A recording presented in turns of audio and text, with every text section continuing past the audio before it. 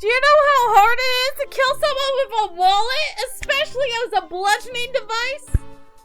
And that wasn't blood, it was wine!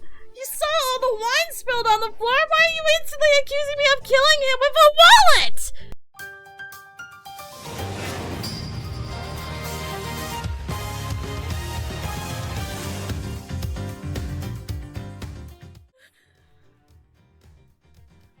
When we last left off, a guy got killed in my, in Edgeworth's office. And Gumshoe and Bird are both being accused. Maggey Bird? That's her name. Maggey Bird and Gumshoe are both being accused. Well, it's obviously the, other prosecutor. Anyway. Yes. Let's go.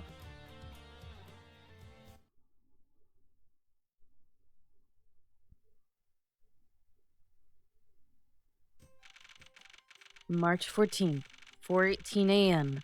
Prosecutor's building, 12th floor hallway. Also, she is wearing a Blue Badger shirt. What is with that prosecutor? I can't believe how rude he was. It was unbelievable. Please maintain your professionalism, detective. I'm gonna find some real solid evidence proving Maggie's innocence. You'll see, sir. But we've been kicked out of the crime scene, sir. True. So then, what now? Looks like my life's fallen into yet another gigantic ditch. Do not despair, Miss Bird. We can overcome this as well. There are many other places and things we should be looking into anyway. Like why there's a basketball in the middle of a lawyer's office. Yeah? Really, sir?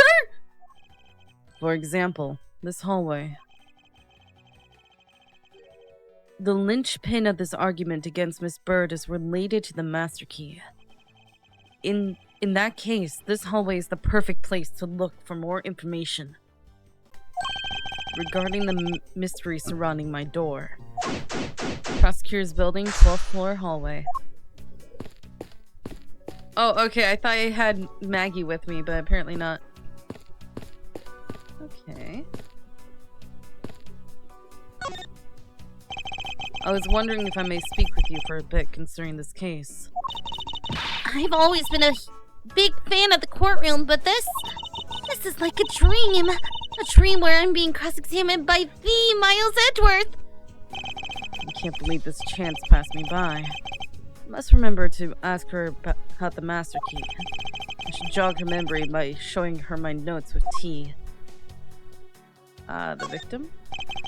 Have you ever met the victim before? Well, I've seen him a couple of times before when I had to go to Mr. Portsman's office. Mr. Faith was always playing basketball with Mr. Portsman, sir. That sounds like fun. Just once, I'd have loved to play with them. It sounds fun, but the only person ever taking a shot was Mr. Portsman. All Mr. Faith did was pass him the ball, sir. On second thought, I don't think I'd fit in all that well with them. Okay. Miss Maggey Bird, correct? I take it that you are an acquaintance of the detective? She was under my supervision back when she was still on the force, sir. One day, she got caught up in a murder and things started going downhill, so she quit. But I owe a lot to Detective Gumshoe for introducing me to my current employer. Or so I thought until a few hours ago. Right before I was about to clock out for the night. You got caught up in this whirlwind of a case, correct? Don't worry. My whole life has been nothing but a whirlwind of bad luck and failures. Hmm? Since I was 6 months old, when I fell from the 9th floor of my apartment building. I don't remember if we covered this. I remember you have very bad, luck with relationships. I didn't realize this. The last time we interacted, Gumshoe was giving you his wieners.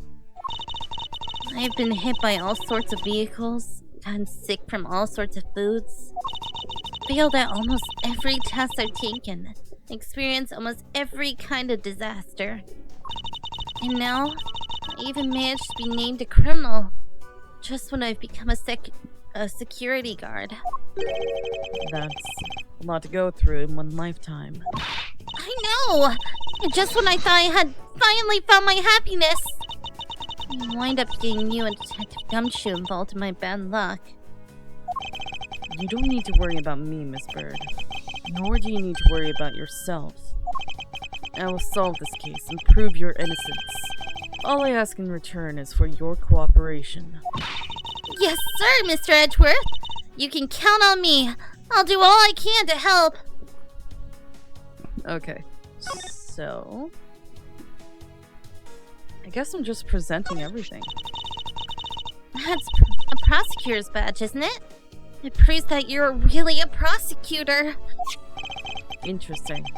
Despite all appearances, she seems to know more than Gumshoe. Oh, hi, Papaya. With that badge, even I could be a professional prosecutor. Sir, may I please try that on? Just for a little bit? I think that's how you spell her name.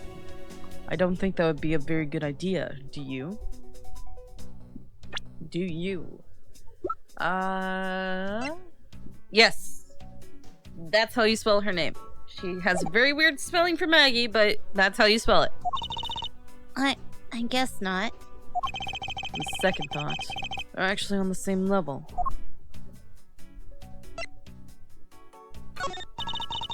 I'm just a lonely security guard, so I'm not sure what I should do with that other than to guard it. It's like talking to another Gumshoe. So, when did you discover that the master key was missing? By the time I realized it, I think it was around 1 a.m., sir. And I noticed it was back at around 2:30 a.m. It was just sitting there on the ledge where the security room's reception window was. But I'm sure that between those two times, it was not just gone but stolen, sir! The key went missing from approximately 1 a.m. until 2:30 a.m. Hour and a half. Why is it such an important key stored in such an insecure place? It's not like that, sir. We always keep the key further inside the room, away from the window. Always, you say. Except for this time, correct? Well, I admit that was a bit careless. But I had my reasons. I left it out because I was sort of using it at the time. It was after I had used it that I left it sitting out on the ledge. She used the master key? Why you use the master key? What do you mean by you used the master key? Oh, I had to use it to open the door for this prosecutor had forgotten his key. I mean, it's my job as a security guard, right? Ah! What is it? That's right. I remember. The prosecutor who forgot his key.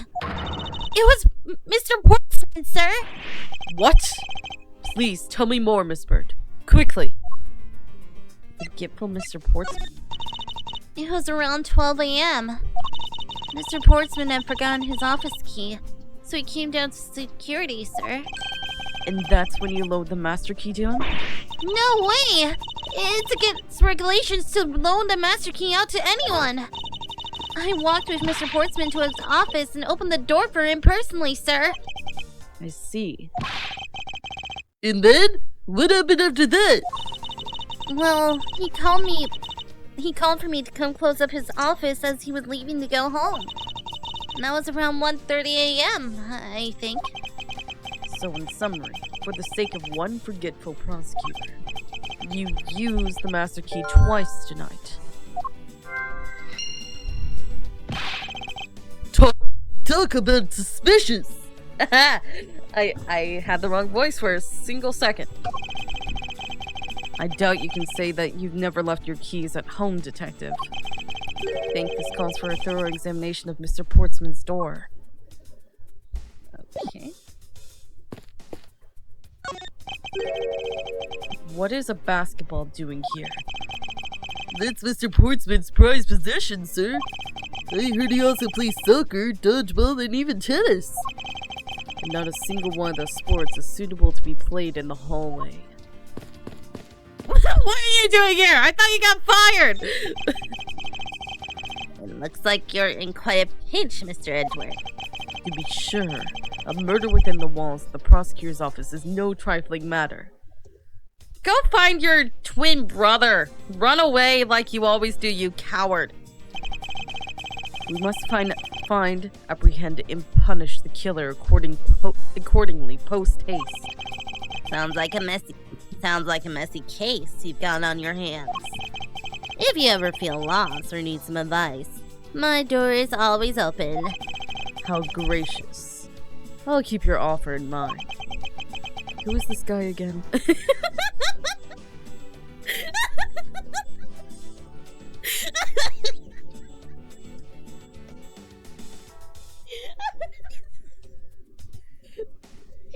He's a pain in the neck. I forget he exists until I talk to him. I mean, in every circumstance, I forget. What is a basketball hoop doing here? Hey, did this used to be just outside next to the building a long time ago? So when and why was it moved indoors? I don't remember exactly, but I saw one of the officers drag it up here recently. Drag it! I heard they wouldn't pay in the elevator, so the poor guy had to bring it himself. All the way up to the 12th floor. Why? Did you do it? Is everything alright? Yes, sir! If you must know, I weighed myself this morning and I'm finally at 154 pounds! Why do I need to know that? Congratulations. But I was asking about this hallway and this room. Oh! Everyth's okay, sir. A word of advice. Stay focused or you may start to lose even more weight. Like from your wallet. I will cut your pension just like I cut Gumshoe's. You will be living off of ramen, wieners, and peanuts. You can't even afford the good ones either. I'm just curious what's down. There's something under here. I won't rest until I've inspected every suspicious-looking nook and cranny. Oh, I don't know, like this? It's... Is that the Missing Ghost series file, sir?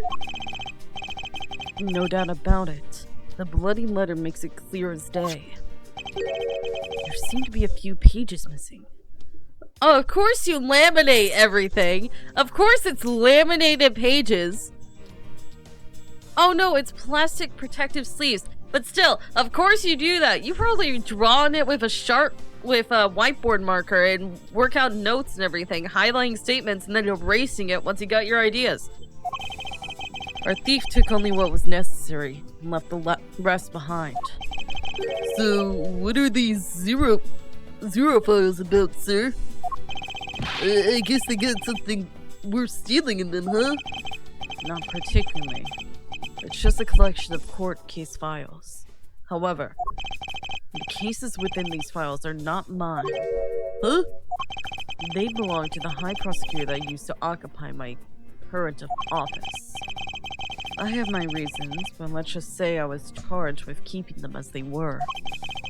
Then that means the thief must have also wanted the file for a specific reason, right? It would seem so. Only the pages related to the case from 10 years ago are missing. What? Why do we keep bringing up cases that have been finished and gone with several years ago? 7, 10, 15. Why? I wonder why anyone would care about such an old case. I wondered that myself. A well-crafted, high-quality sofa for visitors. The stitching is excellent. Talk about a luxury waiting area. These babies are always also great for napping, you know. When the apartment buildings, when you forget to pay your heating bill. You would sleep even out here, detective? In a hallway? Whenever I do, I always wind up dreaming about giving testimony up on the stand. But it always ends the same way. Me getting trounced by a lawyer. Isn't that awful? Specifically, a spiked-haired one in a blue suit. Maybe I should give it a try sometime. To envision myself winning, naturally. Okay. There's nothing further down this hallway. I won't rest till I've inspected every suspicious-looking nook and cranny. 1202. Those four numbers on a number plate alone proclaim this to be my office. Whoops! Hey! Those number plates slide right out, sir! You have to be able to take the plate off when a room becomes vacant, you know. Although, the idea that it can be so easily removed is kind of...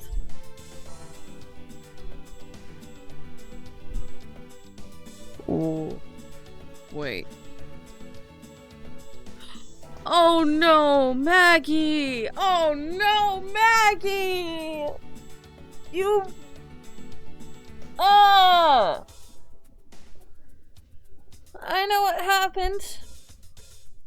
Friggin' Portsman switched the number plates around. Gosh dang it. He switched the number plates around so that she opened Miles' friggin' Edgeworth's office instead of his. Oh no, Maggey! I don't see any signs of forced entry. And according to the guard, no signs that the lock was picked either, sir. Meaning that the door really was opened with a key. Did you happen to ask if any prints were lifted from the doorknob? Apparently, the doorknob's clean as a whistle. Wiped, they think. Whoever this thief is, they did a good job of not leaving any clues behind. A minimalist, yet classy door made of top-quality wood. It's sturdily made, making it near impossible to break in by force. Find it very interesting you, care so much about the craftsmanship. It's almost majestic, sir.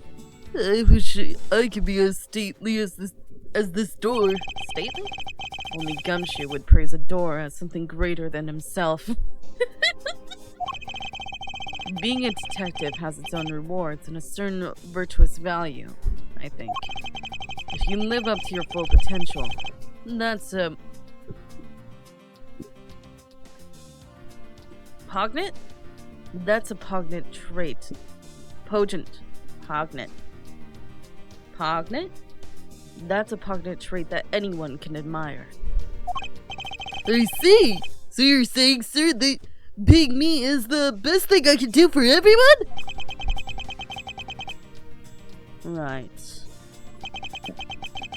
That long pause wasn't exactly reassuring, sir.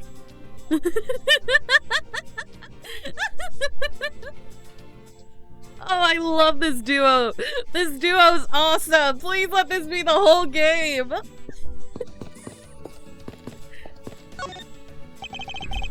I won't rest until I've inspected every suspicious-looking nook and cranny. Room 1203. I take it this is Mr. Portsman's office. Yeah, you can't mistake it because of that basketball hoop, sir. Oh, and that reminds me. Mr. Portsman they actually wanted 1202 really badly. But since you were already occupying it, Mr. Edgeworth, we put him next door, sir. So why was Mr. Portsman so particular about getting room 1202? I'm not sure, sir. But I bet it's because of something like his birthday is December 2nd? Yup, that's gotta be it. I can't think of another reason why.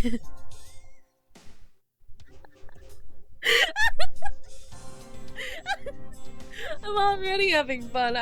This is the best duo combination I've ever had in these games so far.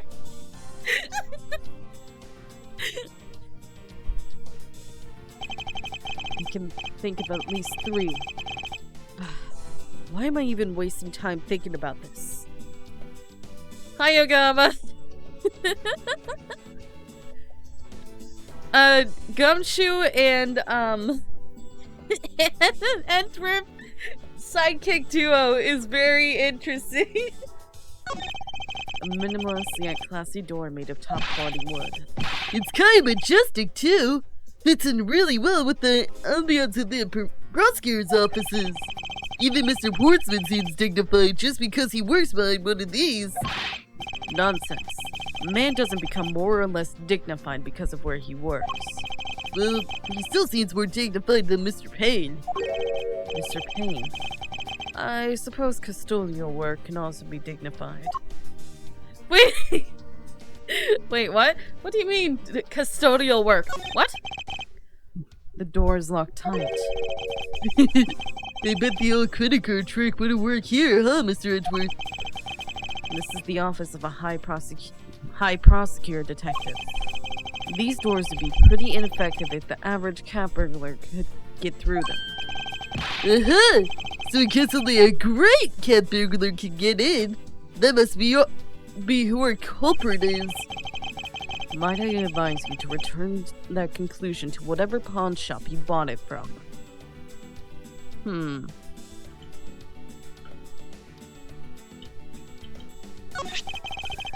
It's Mr. Portsman's personal basketball hoop. I can't believe he put something like this in the hallway of a prosecutor's office. But, you know, it's actually pretty useful, sir. I haven't gotten lost trying to get to your office since it's been here. How long have I had the same office and yet you still managed to get lost? Wait, what? What are we waiting for? We're inspecting a door. Where are we waiting? Okay, the ball's right here if you want it. Also, I know who you are. Why are you here?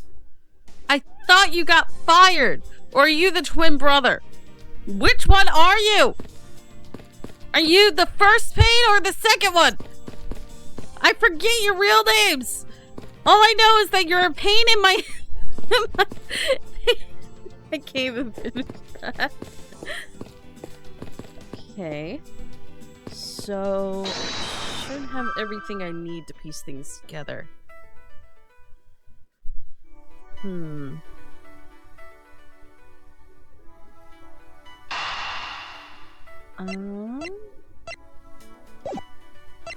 SQ was stolen. Key was used to unlock Portsman's office at 12 a.m. and 1:30 a.m.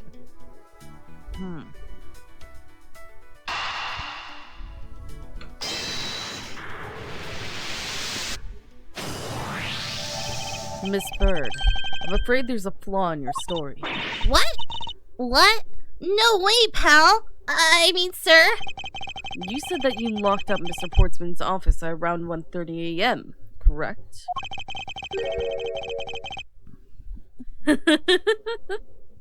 However, the master key had already been stolen at that time. Wow. Nothing gets by you, Mr. Edgeworth. You solved the contradiction like a pro. I had totally forgotten all about that.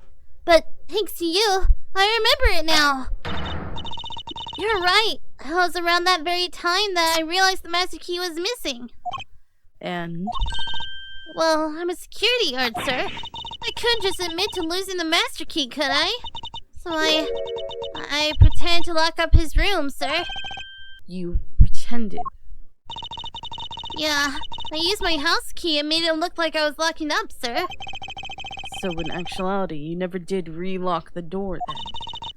Well, I thought that maybe I could go lock it after I found the key. Come to think of it, I guess the door still hasn't been locked properly. Mr. Portsman's office data jotted down in my organizer. Wait, does that mean I can go in there? Let me in! Okay, apparently not. The culprit once before and once after the murder. Why? Another gun in play here?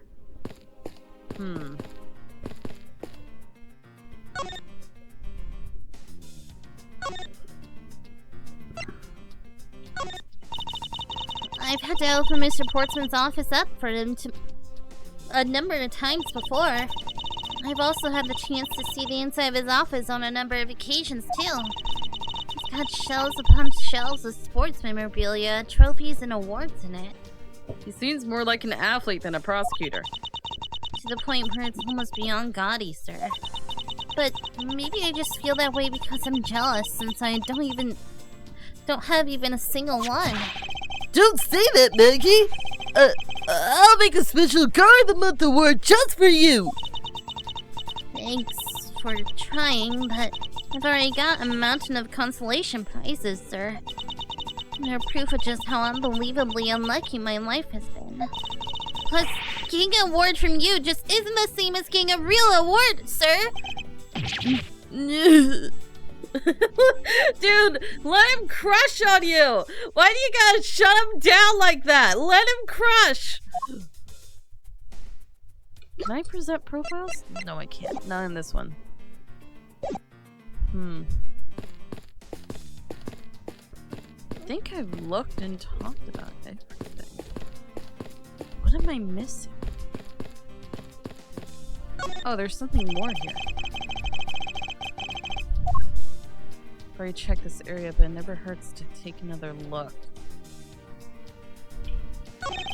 I bet the thief's not under here.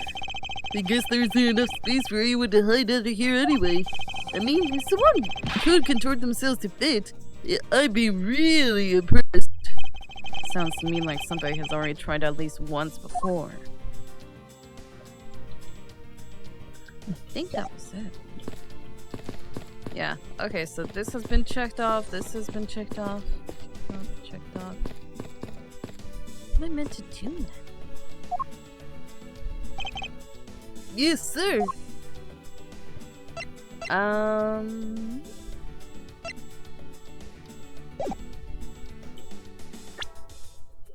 Let's see.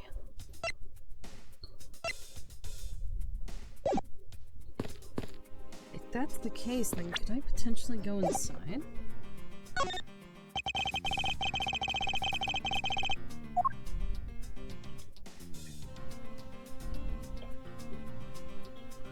Deuce. The spot's somehow connected to any of the evidence I hold. Oh, yep, okay. There's a contradiction here between reality and the evidence. If what Miss Bird has said is true, then why is this door locked tight? Huh? You know, you're right. Miss Bird, are you sure you didn't relock this door? I'm certain of it, sir. And I don't think Mr. Portsman noticed it himself that I hadn't. Which means what, sir? It either means that he actually does have the key to his office, or that the door Miss Bird opened wasn't this one at all, but a completely different one. She opened a different door? But how can you prove that? There's an easy way to find out. All we need to do is... we need to examine these. Prints on the master key, prints on the doorknob, prints on the number plate. The prints on the number plate. They will tell us all we need to know. Everything? Really? Like what, sir? Like, well, for example, in such as... what? No! I know the number plate's been changed! Come on! Well, we know for sure that Detective Gumshoe's dinner will only consist of instant noodles. Whoa! That was amazing, sir! How did you know? Because it's the only thing you can afford. Was that supposed to be a joke to cheer me up, Mr. Edgeworth? Yes, that's it. Now then, we should get back to doing what we need to do, and that is... we need to examine these. Prints on the doorknob. The prints on the doorknob will tell us everything. Hey, you! Yeah, you, pal! Do us a favor and see what you can lift with this, okay? So, what did you find out? There's no need for such belligerent nostril-flaring, Mr. Flaring Detective. Sir, I have found only Mr. Portsman's and Mr. Face's prints on this doorknob. So only 2 people's prints were found on this, huh? That's pretty decisive. Huh? I'm lost, sir. Thinking logically, a certain other person's prints should be on this knob as well. Now then, whose print should be on this doorknob? Maggey's. Don't you find it odd that the prints of the person who unlocked this door are absent? You mean... Yes. The door that Miss Bird opened could not have been this one, but a different one. Mr. Portsman's office data update in the organizer. What have we here? What's that? I won't rest until I've inspected every suspicious-looking nook and cranny.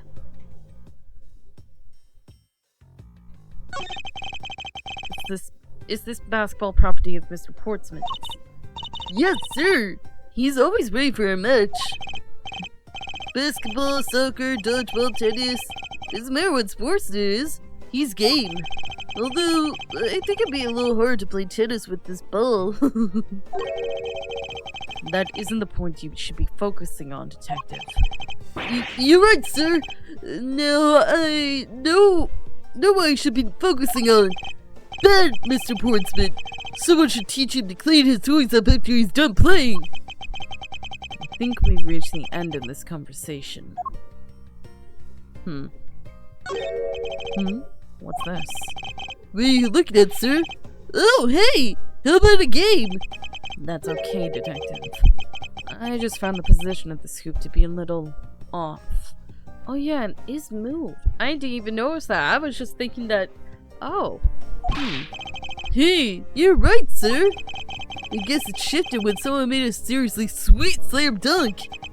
The positioning of the scoop is definitely unnatural. I better take note of this. Sitting in front of Portsman's office, there are signs that it's been moved. What is this? Looks like a scrap of paper. I'll get it, sir. Let's see. Oh, there's something written on it.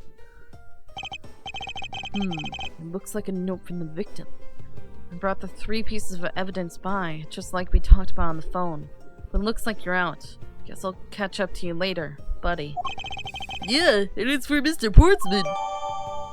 Note left by victim data jotted down in the organizer.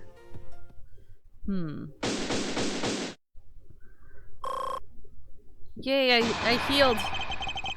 Poking around in the hallway has actually paid off quite handsomely. Huh? How so, sir? In a variety of different ways. I think it's time we had a little chat with the real culprit of this case. You know who the killer is? Wow, Mr. Edgeworth. As long as my logic is sound, then yes. The mastermind behind this murder is none other than Mr. Portsman. What? Mr. Portsman? I knew it! That's exactly what my logic senses were telling me too! I suspected it was him from the instant he accused Maggey of being the killer, sir! And that is anything but logical. Ladies and gentlemen, prepare yourselves. Come what may, it's time to knock on truth's door. My own door. March 14th, 5:12 a.m. High Prosecutor's Office, room 1202. Mr. Portsman, I finished processing the bloody letter, sir. Alright. What was the voice I gave him? I forgot. Alright. Let me take a gander at it. Pass it here. I think it was that. Okay, looking good. You there, take good care of this. Go! Ooh, it stuck out my head. Well, if it isn't Detective Gumshoe. It ain't a lie for you, Portsman! We've got you now! Go off your dog, Mr. Edgeworth. Is this some kind of joke? It's no joke. We know, Mr. Choice Portsman, that you are the guilty party in this case. You must be pretty upset getting chased out of your own room. I'd be mad too. So I guess you can stay, if you promise to stay out of our way. You intend to hide your crime under the guise of a prosecutor doing his job. I can see right through that unsightly paper-thin mask you wear upon your cowl. Who'd have ever thought it would come to this? Actually, come to think of it, your mentor was Manfred von Karma, right? What does that got to do with anything? A legendary prosecutor who never lost a single case for 40 long years. But there was always this incessant chatter about forged evidence with that guy. Are you accusing me of forged evidence? Really teaches me that I've got to stay on the lookout for false accusations, you know? Are you done trying to play mind games with me? Because they won't work. The only thing you should be using that mouth of yours for is explaining yourself. Although that too will only dig your hole deeper, either way, your game is up. Well, aren't you full of ourselves? Well, aren't we full of ourselves? Even though you have yet to prove anything. Mr. Portsman's rebuttal. I have no idea what sort of harebrained idea you have in mind, but there's a mountain of evidence that points away from me being the culprit. Besides, how may I ask, do you propose I unlocked your door and got in here? Look, I feel bad doing this to you, but I've got work to do, so we're done here. Sorry, but we are not finished yet. Boy, you're stubborn.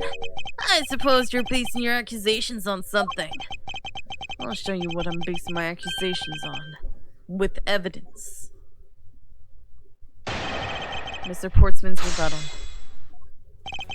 I have no idea what sort of harebrained idea you have in mind, but... My accusation is a harebrained idea, is it? You tell me. I'd say it is. After all, there's a mountain of evidence that points away from me being the culprit. Oh? And what, pray tell, kind of evidence are we talking about here? Jim was my partner, so you can't say I had a motive for killing him. And? That's it? That's not even an intel, let alone a mountain. But it's more than enough, wouldn't you agree? Might I recommend that you review that the word evidence means? It doesn't change the fact that the evidence doesn't point to me as the killer. It kinda does. Besides, how may I ask do you propose I unlocked your door and got in here? Unfortunately, I believe I've already shown how earlier. Your speculations mean nothing, so I still insist that I could not gain access to your room. What should I do now? Should I raise an objection? Raise an objection. You claim to have had no way to open my door. However, is that really the honest truth? Alright, I'll humor you. Go ahead, shoot.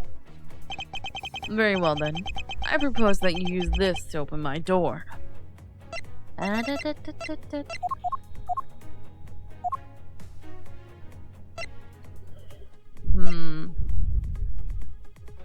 Master key. I think it was this. Yes.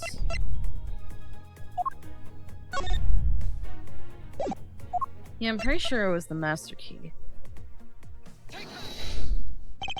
I believe you were able to open my office door with the master key, no less. Wait. Hold on for a sec. I never lay a finger on that key, as you already know. Precisely. You were able to open my door without lifting a single finger. Well, maybe you did, but only to direct. That's right. You use your finger to direct this person to open my door with the key. You had asked Miss Bird to open your own office door for you, yes? Yeah, I kinda forgot my key at home. Happens a bit too often for my taste, you know? But the room you had Miss Bird open at the time was not your own, was it? What? You have quite the imagination. But why don't we ask the girl herself whose door she opened, shall we? I'm sure that was Mr. Portsman's door, sir. I checked the number plate to make sure it was opening the right door, sir. See? Miss Bird backs up my story. Yet, what if you misled her to fool her into thinking what you wanted? Ha! And how do you suppose I did that? By switching the number plates on our doors, for example.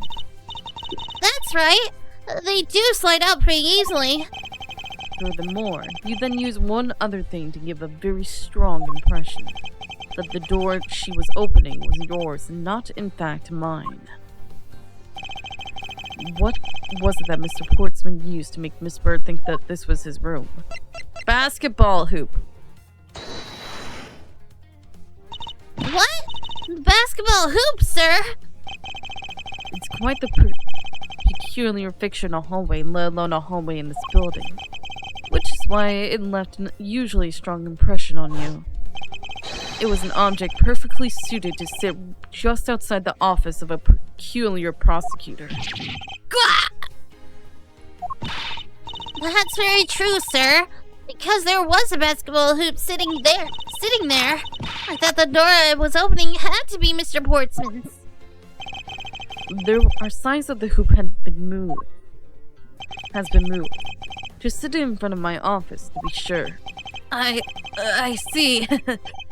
So that's how you throw suspicion on people. Thanks for the tip.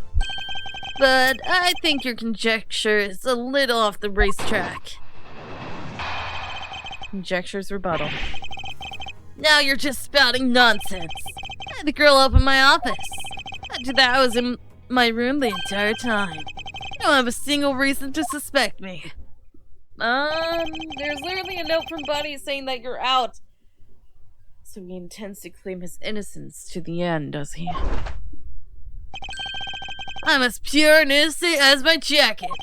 And Miss Bird is as dirty and guilty as the jacket she wears. My jacket's not dirty. I'll have you know, I just washed it yesterday. Please calm down, for I intend to show who was the one truly covered in slime here. Conjecture's rebuttal. I am not spouting nonsense. Nonsense, you say? Yes, because I'm telling the truth here.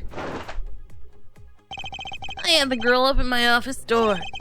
After that, I was in my room the entire time.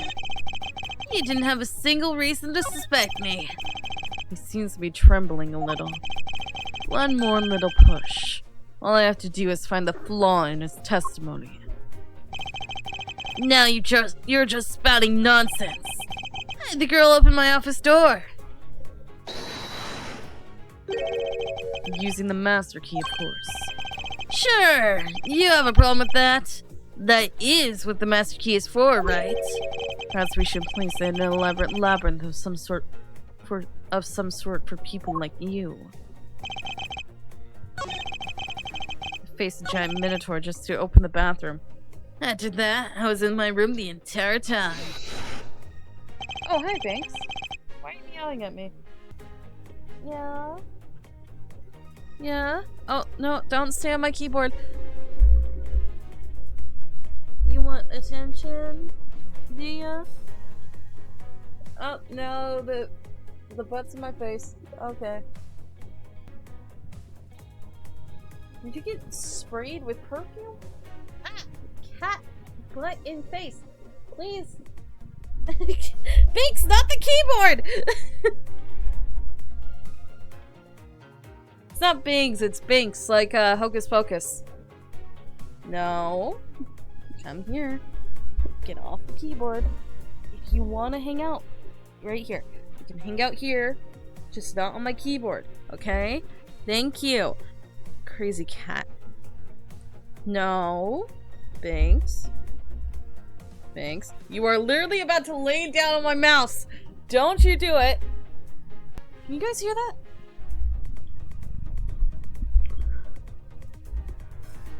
Don't know if you can hear him purring. He's purring like a motorboat.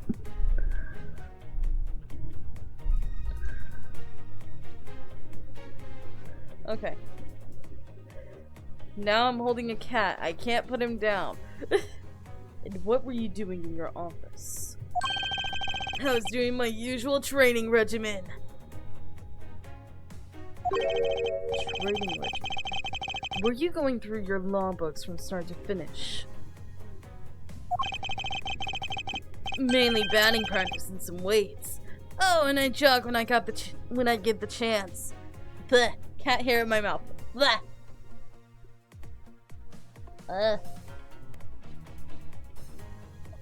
on the bed. There you go. You good now? Okay, you're scratching yourself. You're good now. Okay. Whoa, you must be the buffest prosecutor we have.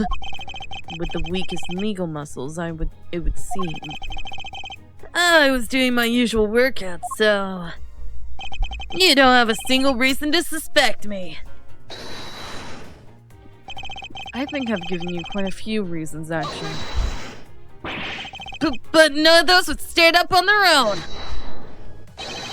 Then what about all the evidence? It's all circumstantial.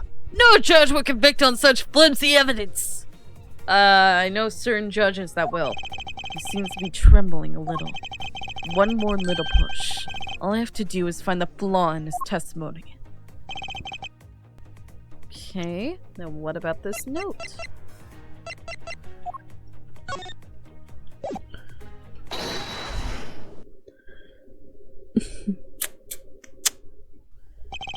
That was a lie.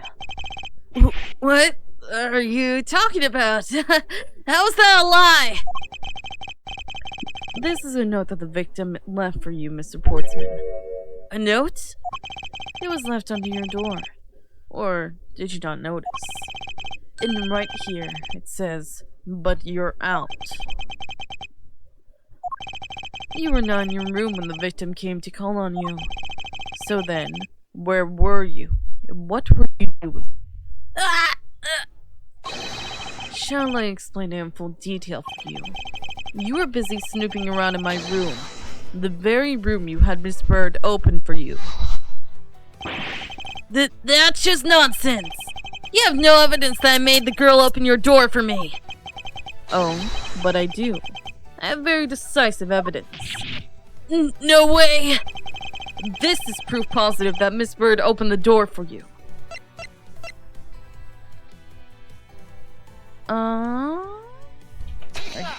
This one. I had your door dusted for prints. My door? What for? Come on, I bet you didn't find anything. You sure are good at wasting time. You're right, I didn't find any. And definitely not Miss Bird's fingerprints. Her prints? What do they have to do with anything? Let's put it this way.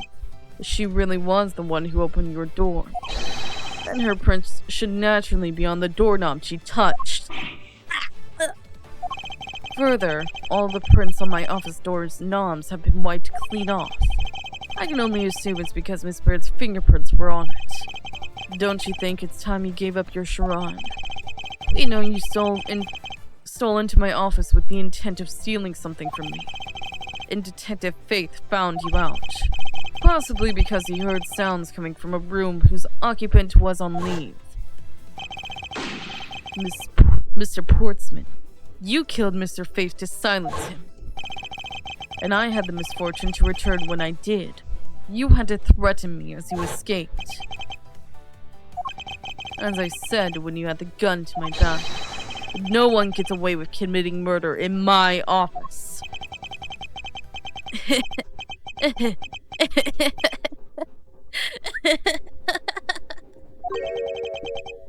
Hmm?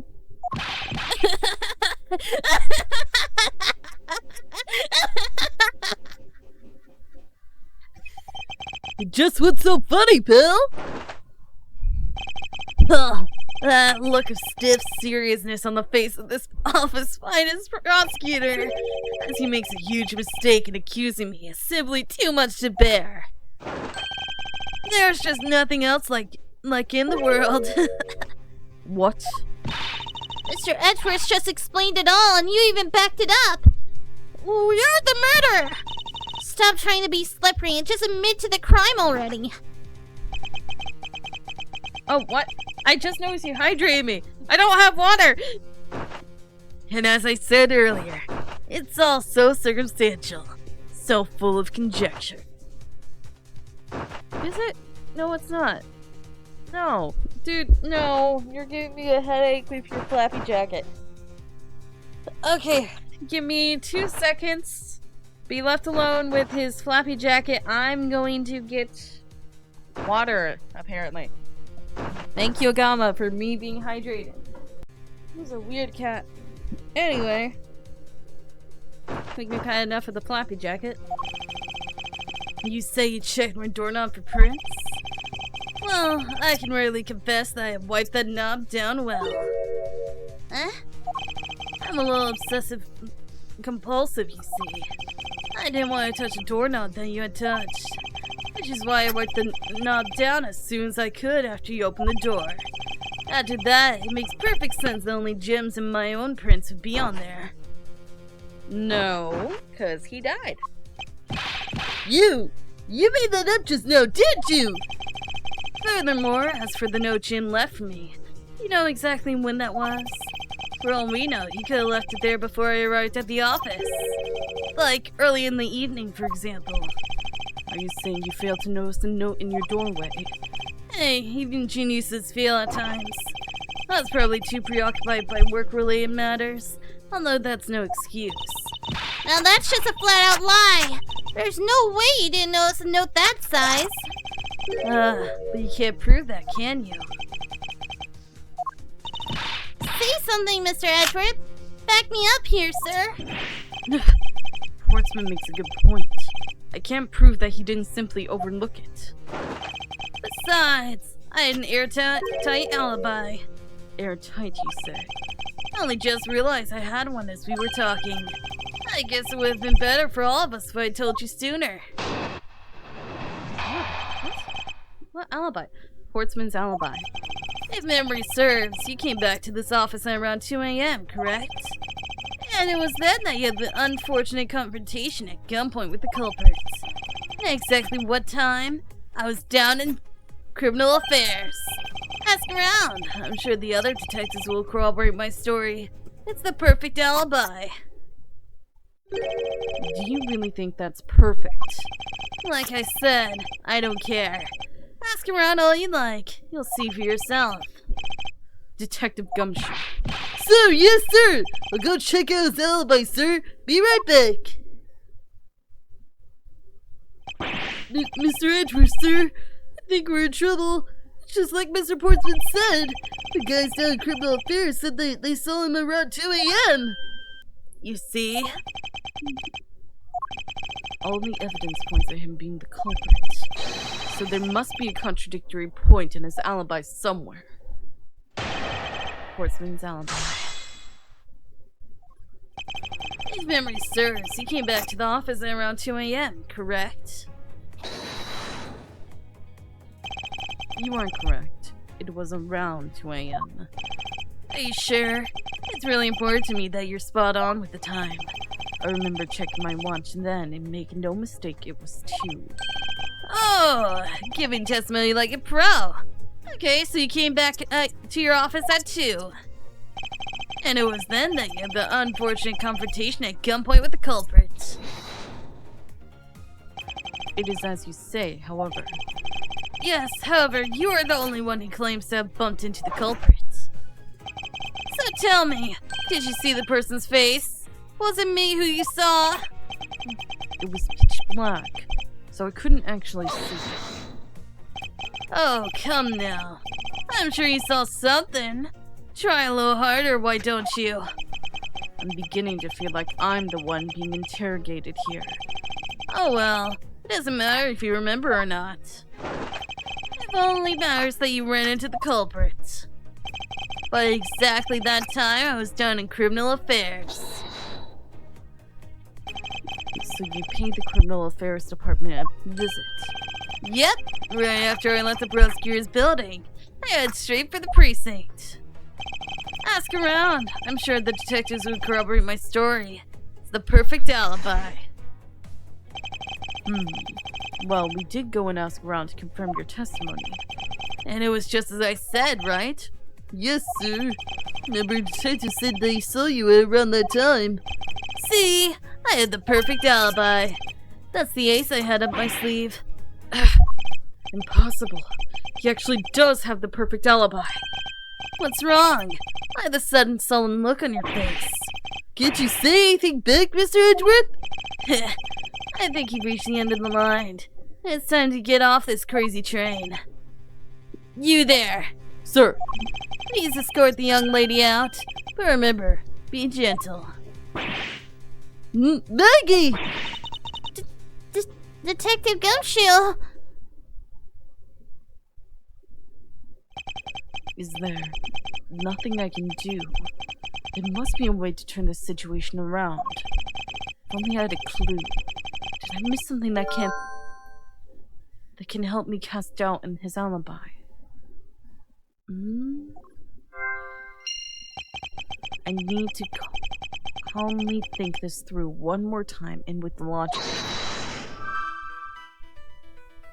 I rearranged my files twice, once before and once after the murder. That must not then who could it have been? Oh, so the other handgun is associated with Mr. Portsman's alibi.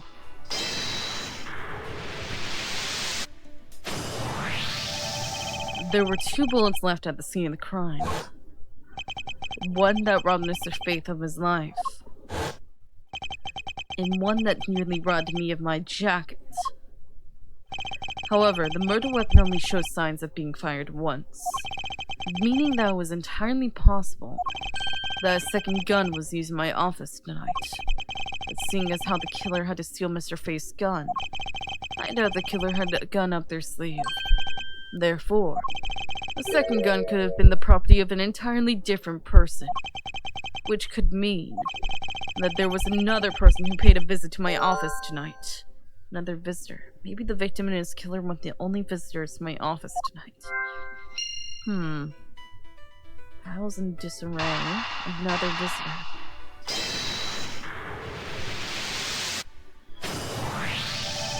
Supposing there are yet another visitor tonight. Posture checking. That would also resolve the issue of why my shells were upended twice. We know the shells were disturbed once before and once after the murder. So it shouldn't be much of a stretch to think that it was the work of 2 different people. Once by the person who stole the victim's gun, and then killed him with it. And once again after the murder by our second culprit.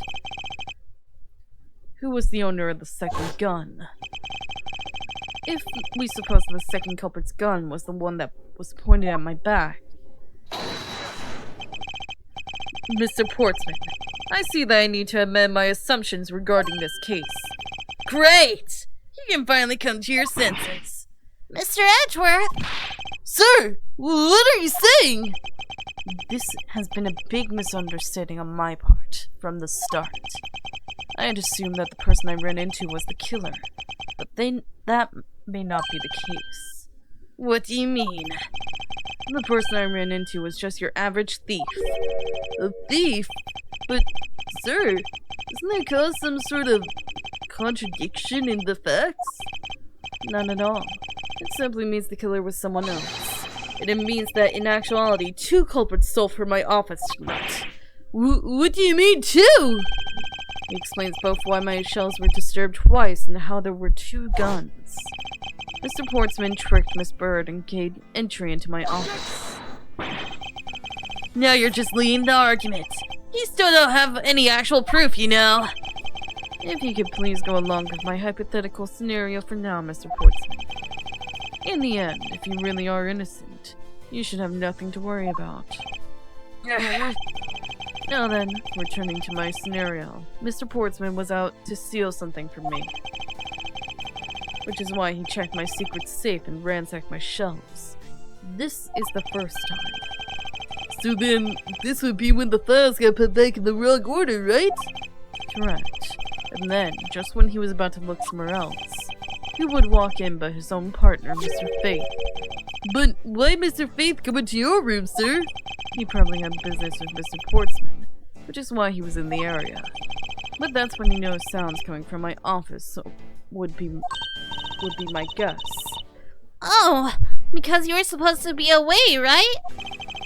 And he must have thought it was odd, so he came into this office to check it out. Correct. And as a detective, that was the right thing to do. But when he came in, he found his own partner standing there.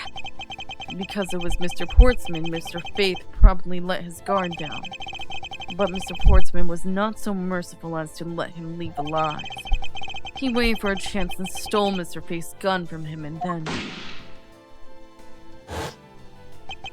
he killed him. He silenced Mr. Faith for catching him in the act of stealing.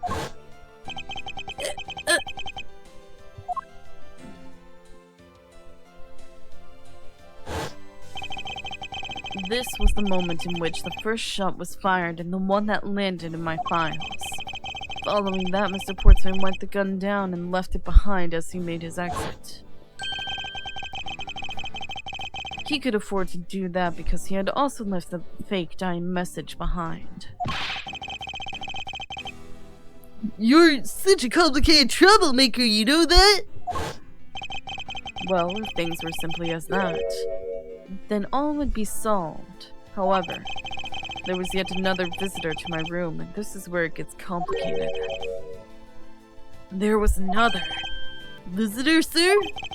Yes, this other person's objective was also to steal something from me. Now then, even after Mr. Portsman left, the door to my office remained unlocked.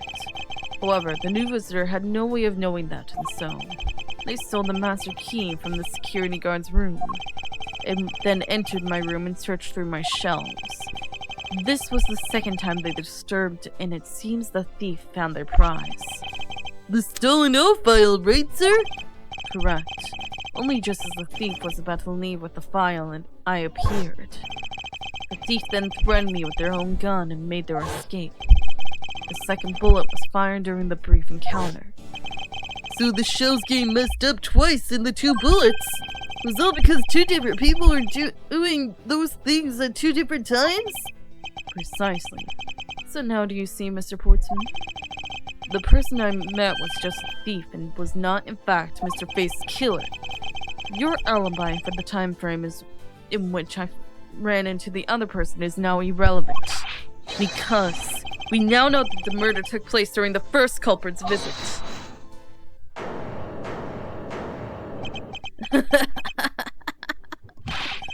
What's so funny, pal? Absolutely splendid. Your scenario explains everything.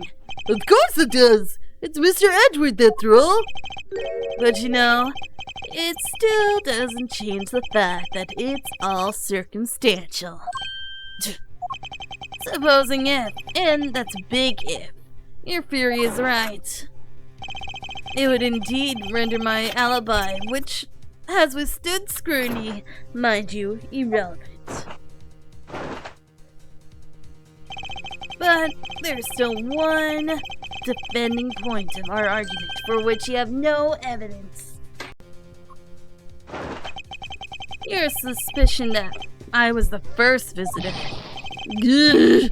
Mr. Edgeworth, you can't let him get away with that, sir. But he has a point. I have absolutely no proof at this point. Don't say that, sir. I don't believe this. Don't worry, Maggey. I'll do something if I must. You know something? I find your attitude to be somewhat peculiar, Mr. Edgeworth. If the person you met really was just a plain old thief, then why is the person not your main suspect? That is, if your theory is correct. It just keeps going back and forth. Portsman's alibi, part 2. That thief you ran into should be your real suspect, wouldn't you say? We should be out there looking for that thief right now.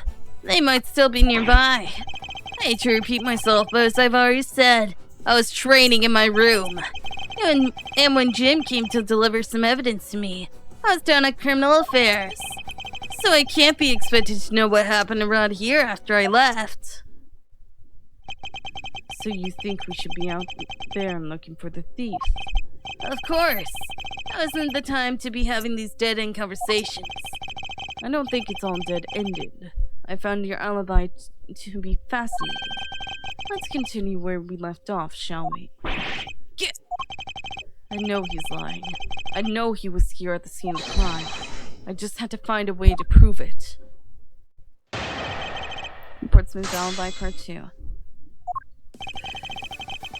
Should be your real suspect. Actually, no, I wouldn't. Why not? That's elementary. The dying message, of course. Mr. Faye's killer very clearly left those letters on the spines of those files. It was after they were on there that the thief stole one of them. You mean the 0 files, right? And that's how we also know the letters themselves were a setup, not for Mr. Faye. If the thief was the killer, do you think they would try to undermine themselves?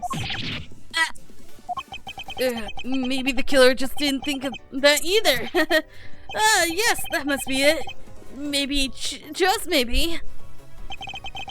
We should be out there looking for the thief right now. They might still be nearby. Once escaped, I highly doubt a thief would linger nearby. Oh, you never know. Maybe they didn't get what they were really after. Oh, you talk like you know quite a bit about this thief. It's nothing like that. I have no idea about anything, after all. I hate to repeat myself, but as I've already said, I was training in my room. But according to Mr. Faye's note... Hold on, I thought you already cleared that up. Did you say that Jim left that note for me in the early evening? If you have proof that he left it at a different time, say just before he was murdered? I don't have any, no. You see? So I insist again I was in my office the entire time. And when Jim came to deliver some evidence to me, I was down at Criminal Affairs. Why didn't you go there with Mr. Faye? That's because he said he was tired and was going to take a quick nap. You know those sofas in the hallway? He likes to sleep on those. It's one of his habits. What the evidence he brought? They were things related to yesterday's case. Just 2 items. A gun and a pendant. Interesting. This piece of testimony seems too crucial to let slip through the cracks. He brought me 2 items. A gun and a pendant. That are related to yesterday's case. A gun and a pendant? Yes. This gun, which was the murder weapon. And this pendant, which belonged to the victim. And why were you taking them to Criminal Affairs? There was something in the past case file I wanted to compare these two to. But all this has nothing to do with the case right now. Anyway, I believe you'll find the long paper trail I left to be to your satisfaction. This is all matching up with what Detective Gumshoe found out. So I can't be expected to know what happened around here after I left. I can't expect you to know, can I? Nope, but I guess you can expect me to take a guess based on illogical deductions. Oh, then let's see what you deduce. Jim waited for me to leave and then stole the master key. For the purpose of sneaking into your room, of course. And that's when Miss Bird caught him red-handed. The murder occurred. It's all exactly as I had laid out earlier. I know he's lying. I know he was here at the scene of the crime. I just had to find a way to prove it. Was it my gun? Is it this one?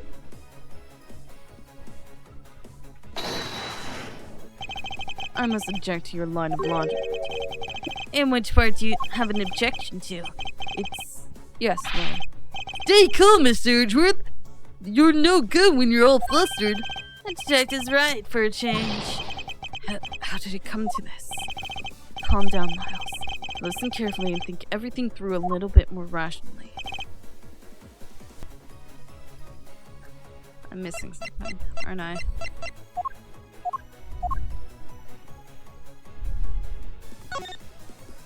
Three pieces of evidence. There are 3, not 2.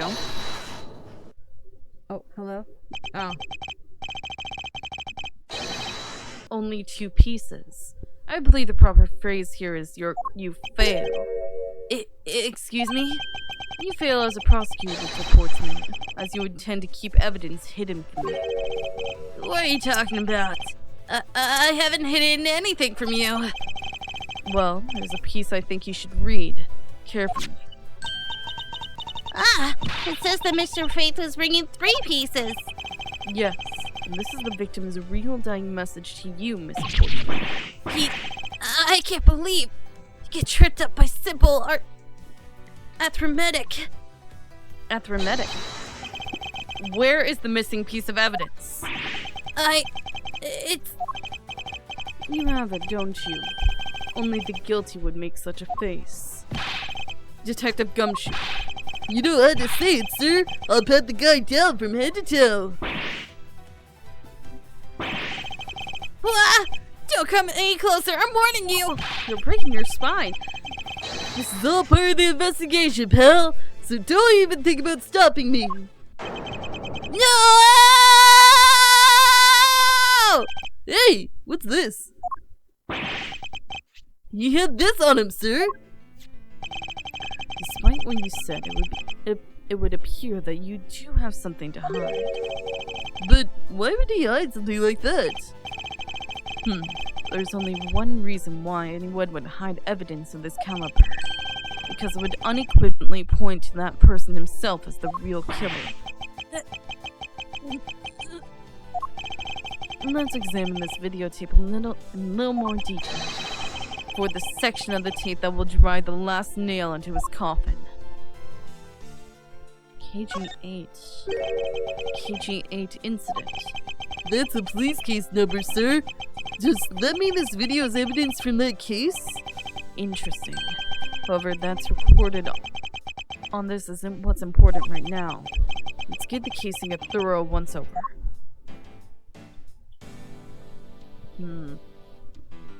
Oh! Blood. Gee, I wonder if this is what I'm looking for. Blood. Or strawberry jam. Either way. Oh, wrong button. That's blood, isn't it?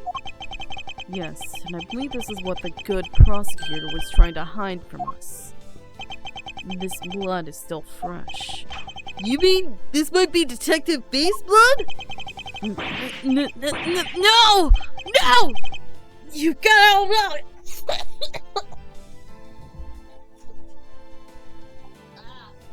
I'm yelling too much. No amount of denial can save you. We have but to run a blood test to find the truth. You told us that you had received evidence from the victim earlier. Now you will tell us when and how did the victim's blood find its way onto this video? Yeah, it's totally suspicious.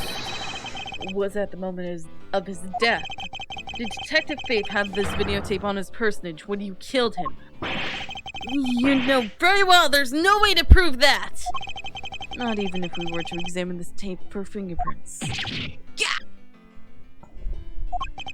If I had to take a guess, I'd say that the only ones on here would belong to the murderous you and Mr. Faith. No! Impossible!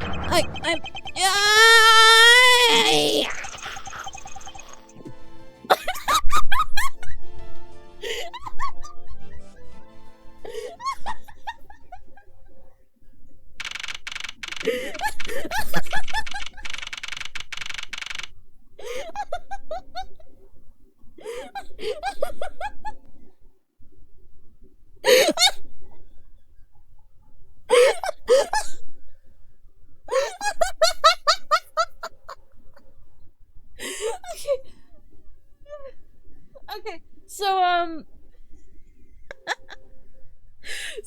either two things. That was real gold because he's been chewing on that for a while, or it's been a chocolate melon this whole time.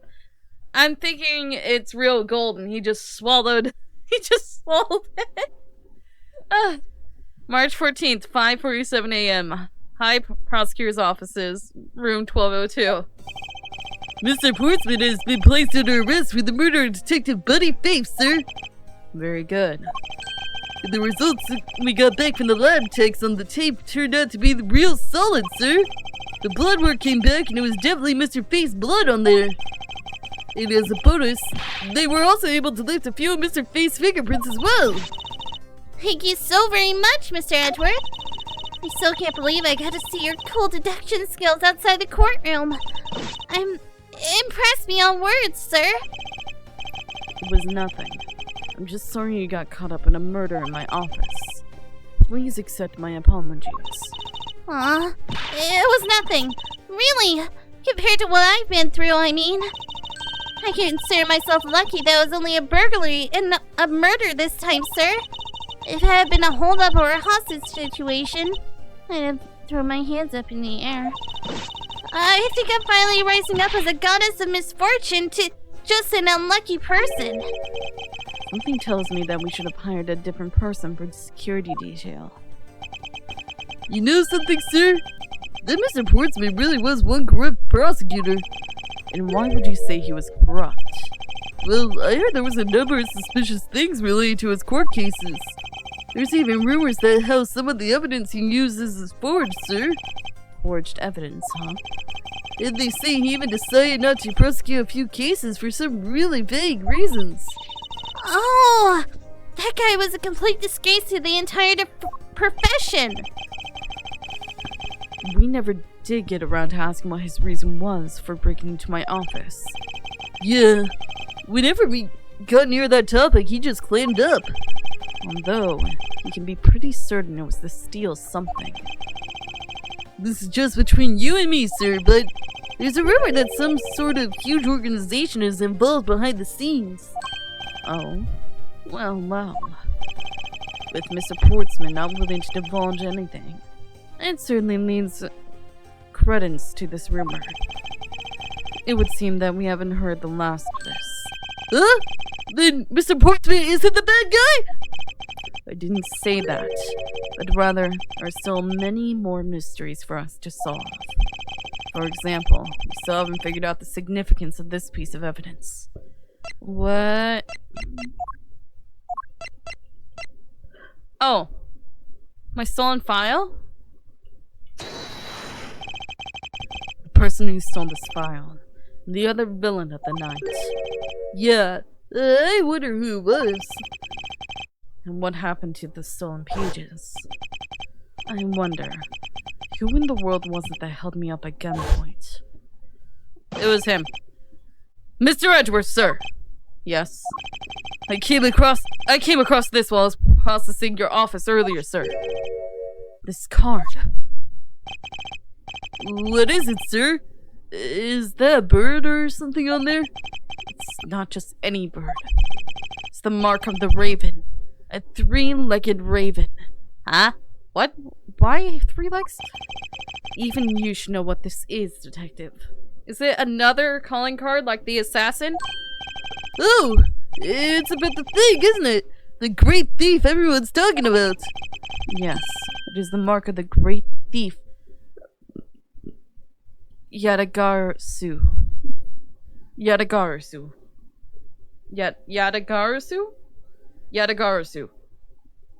Am I saying that right? Yatagarasu.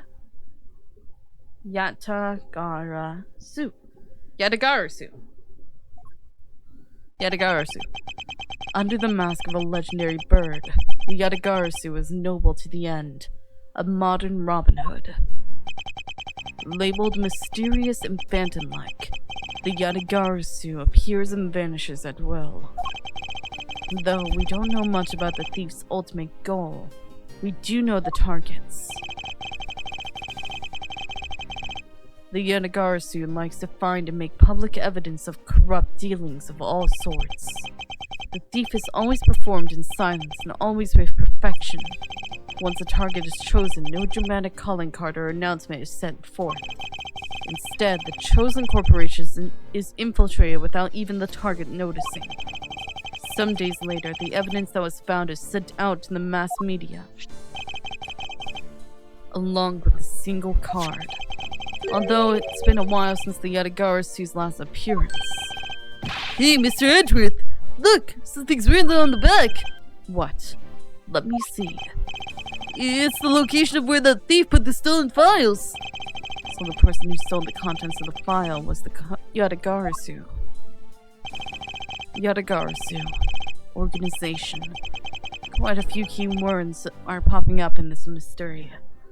Is that how you say it, Yadagarasu? We're saying it a lot, so I'm trying to make sure I'm saying it correctly. Yadagarasu. The murder in my office. The return of the great thief, Yadagarasu. There it is again. Why are we saying it all the time? Looking back, I can't say I didn't see these events coming. For they were heralded by the incidents that began to occur 2 days ago. Incidents that occurred 2 days ago. What? The end. Oh, is that the end of the chapter? How long have I been streaming? An hour and 30 minutes. Oh, what? Completing episode 1. Me without using story mode. Okay. Turnabout Airlines beginning opening. What do you mean 4 more hours? It's 3. I have... Oh! I wonder who this is. I wonder. Maybe a certain female with a whip that gets special treatment from the judge. Okay, yes, let's go into Turnabout Airlines.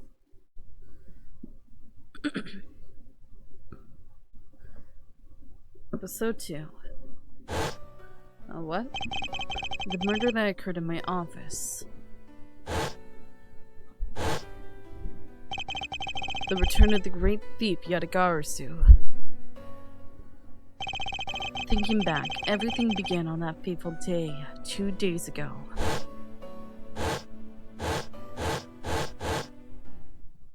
Two days earlier. What? Am I dead? Oh no, it's wine.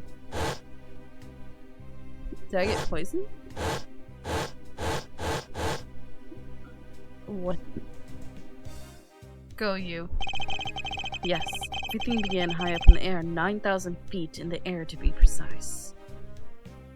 I had to read it quickly. Thank you for flying Go You Airlines. We are currently experiencing some slight turbulence. We are asking all passengers to please return to their seats and fasten their seatbelts. What is up with the Dr. Robotnik? Is that blood or the wine?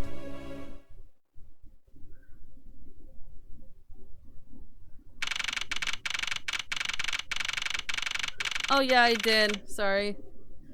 It was really loud. I can turn it back up. It was just really loud. March 12th, 6:13 a.m. Flight G390. First floor lounge. No, the ice. Oh no, the ice. Here lies Hugo Hughes. Who's this Dr. Robotnik looking character?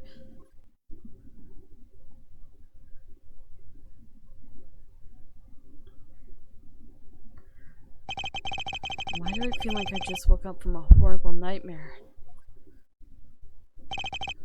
6:13, huh? Guess I was out cold for about 10 minutes. Slight turbulence indeed. Ladies and gentlemen, we are currently experiencing some slight turbulence. For your safety, we ask that you return to your seats and fasten your seatbelts. I suppose turbulence is to be expected on a flight. Of course you're in like upper first class. Of course you are. Though admittedly, I'm less than comfortable with anything resembling earthquakes. Oh, so you just passed out. Did you drop your wallet? What's this? Travel wallet. But it's not mine. How did someone else's travel wallet wind up in my pocket? My head. Why won't this headache go away? I'll take care of this travel wallet later. Or hand it off to an attendant. Earthquake-like turbulence to an elevator.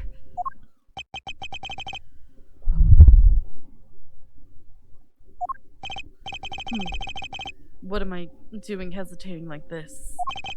Actually, I know full well why I hesitate. It was when I was still but a young child. I was caught up in the murder that happened in an elevator. That spiky-haired freak continued to try to traumatize me with a picture of my dead father. But how long am I going to let my past haunt me? It's just an elevator. I'm a grown man now. I need to behave like one. Oh!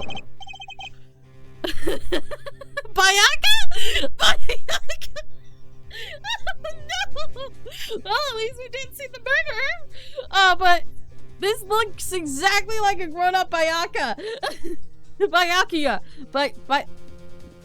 What the ever the frick his name is! You can't— the glasses shape and the hair!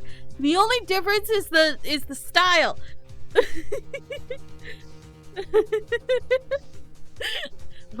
What the— when the world happened? Is there something wrong, sir? I must ask that you please return to your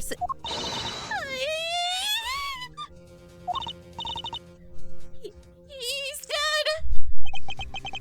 Please, calm down. You mustn't jump to conclusions without all the facts. What's wrong? Did something happen? You murderer! What? No! You have it all wrong. It wasn't me. Of course, I'm being accused of killing Bayaka. Bayaka. Oh no, I'm covering it! Oh no! Wait, I gotta move! Just for this little bit, I gotta move. Because you can see it in the corner. Oh, I can't switch myself around. Oh no. You can see me in the corner down there. Just where can I go? Where can I go? That's not blocking this. I guess I'm gonna be facing away from the action. Just for now. Until, Edgeworth's no longer in the corner being tied up. March 12th. Does that guy have a full friggin' meatloaf? What the— okay. March 12th, 6:41 a.m. Flight G390, second floor, first class. Everyone, I am sorry to interrupt, but I have an important announcement. I am one of your flight attendants today. Tenario. Tenario? Rhoda Tenario. Rhoda Tenario. I think that's how you say it. Unfortunately, we have had a minor accident on this flight. An accident? Don't treat us like we're stupid! I caught a glimpse and it was a murder! What? Murder? What's going on with this flight? Everyone, please calm down. There's no reason to panic. This flight will stay on course and make its scheduled landing. We are still currently in the middle of a rough patch of turbulence. So until we are out of this area of turbulence, I ask that you please remain seated. That guy's got like a full— that's a steak! That's like a huge steak! And he's got a really big book. And look at that sundae! Look at that! Is that a parfait? Look at that! I've never had a parfait! Oh, of course this is Edgeworth's seat with a big old law book and then also chess. Of course this is his seat. And then some coffee. Where's his tea? This is coffee. And a lamp. But this guy is the epitome of gluttony. Look at this. He has this entire steak to himself. And this large piece of bread. I was trying to say it, I can't. And he's got this parfait, and then there's like a chip bag on the floor, and he's just watching television and playing video games. And this guy's like a safety— okay, everyone, shut up. And then there's this guy up here with talk about an alcoholic. This guy has like freaking 50 different drink bottles around him, and some of them are empty. And he's still got one in the ice. And he's eating sushi. Shut up, everyone, please. Not you guys, not chat. I'm talking about all the voices in my head. But someone was killed, right? But someone was killed, right? I mean, what about the killer? Let me off! Please, there is no need to feel threatened. We have already apprehended the culprit. I am not the culprit! Who this? I ask that everyone please remain calm. Can I move now? Are you no longer at the corner, Edgy? What the heck is he talking about? Why should we remain calm? My name is Edgeworth. I'm a prosecutor, and I assure you I am not the killer. Huh. Being a prosecutor doesn't make you an incapable of murder, buddy. Now you listen here. I am not the killer. I simply found the body. So you say. However, I am sure that you are the perpetrator of this crime. I swear on my honor as a professional flight attendant. Oh, is that right? I know what I saw. There's even very strong incriminating evidence to back me up. What kind of incriminating evidence is she talking about? We've already alerted the proper authorities at our destination. Until we land, he will remain in our custody by the power vested in our captain. I'm very sorry, but please understand our situation. Your situation? I'm more concerned with mine and the direction it's going in. I'm not about to just sit idly by while I get accused of murder. Again. Miss Tenerio, is it? Yes. Why do you have square buns?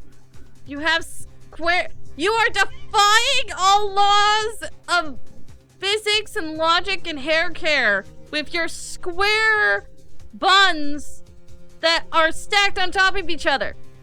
You got 3 of them. What is this? I was wondering if you might give me a chance. A chance? To do what? A chance to plead my case. And a chance to ask what you meant by incriminating evidence just now. Mm-hmm. To accuse a passenger of such a grave crime without allowing him to give a proper defense. Can the professional flight attendant inside of you really call this action righteous?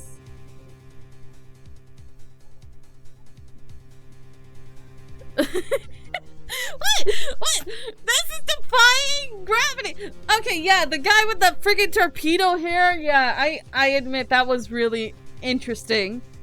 For sure, and that was defying all logic and hair care. But still, this one is literally shapes I've never seen before in a hairstyle. In a hair? You have a point. Very well. I'll listen to what you have to say. But be wary of what you reveal. Why are you hydrating me, Yoga? I gotta leave again. I'm afraid you'll only look even more suspicious if your explanation fails to satisfy. I also do not have the time to deal with you all day. So please, make it quick. Of course, as you wish. Good. Very well then. Let's get started. I know for a fact I didn't kill that man in the elevator. What I don't know is what sort of evidence she has up her sleeve. But I'm certain it doesn't fit with how the crime really occurred. Am I just tied up in my chair while we're doing this? What Miss Tenerio saw. I swear to tell the whole truth as a professional flight attendant. Unfortunately for you, Mr. Edgeworth, I am certain you are the killer. The scene I saw in front of the elevator. It was you standing there with fresh blood dripping off the murder weapon.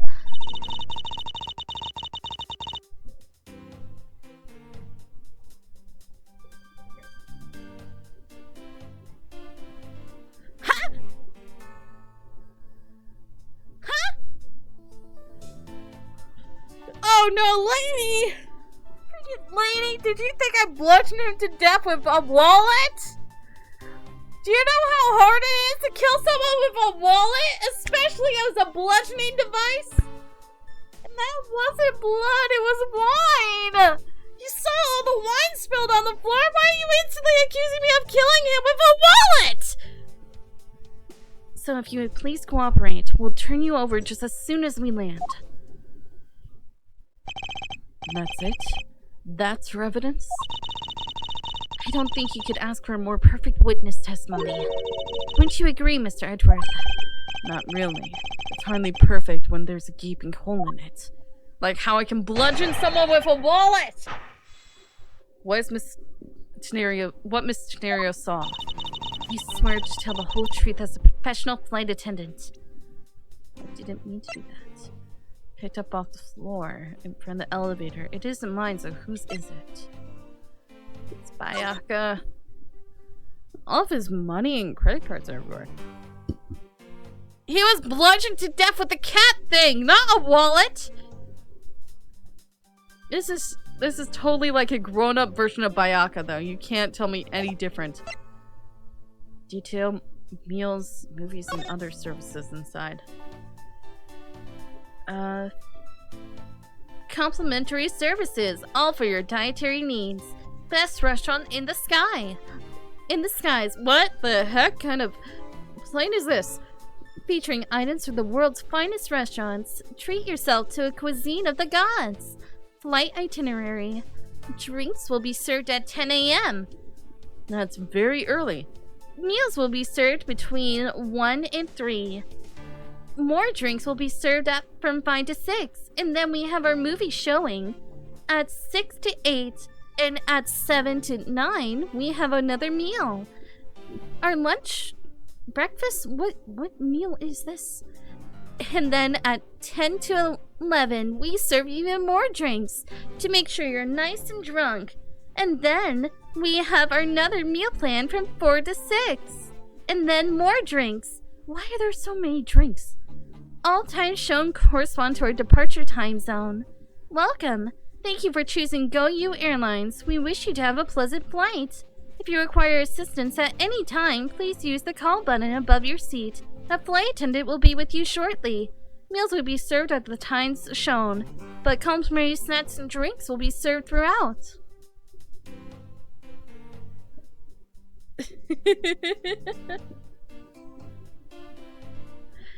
Yeah, he was the head of a resistance program. License to Love, Laugh, Maim, and Murder? It's another M. I don't know what the other M is, but License to Love, Laugh, and Maim.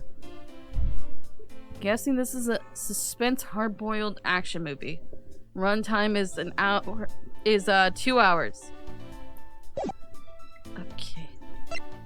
And she's on the cover too. Alright.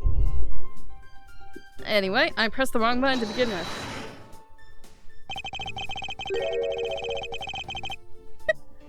Oh no!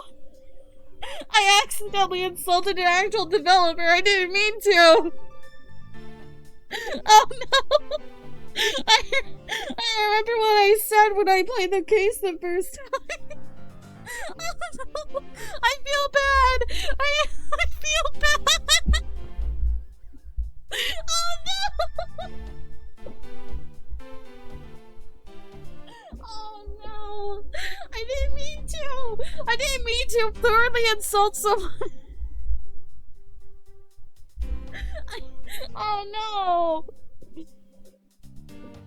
That's the last thing I want to do. I don't want to insult people in real life. I only want to insult fictional characters that are annoying. I didn't mean to do that. Ah!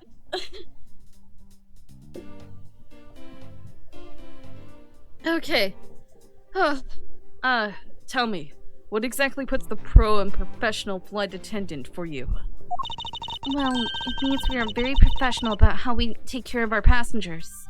Like tying them to their seat? Services like fetching papers and responding to calls are done with speed and accuracy. I can assure you that I give testimonies with the same level of professionalism. Okay, wait. any of the other kids. Like the guy with the noodles on his is that based off of an actual person? But I'm sure you have already realized that by now, right? It's a bit hard to appreciate your professionalism when I'm the one under suspicion. And there you have it. My professional testimony is accurate and reliable. Unfortunately for you, Mr. Edgeworth, I am certain you are the killer. You certainly seem sure of yourself. Of course. A professional flight attendant can't afford to make mistakes after all. Wait, I didn't look at the profiles. Can I see who died? I don't even know his... He's got the same eyes! He has the same eyes! The only difference is the art style. But he's essentially got the same eye color. What the heck? Was seen in first class like myself, but I don't know his name. And then we got, Rhoda Tenario, a Go Ute Airlines flight attendant charged with taking care of the first class. This guy is full-on Bianca, though. This guy is full-on Bianca. Oh, and it's good that guy was not based on a real person.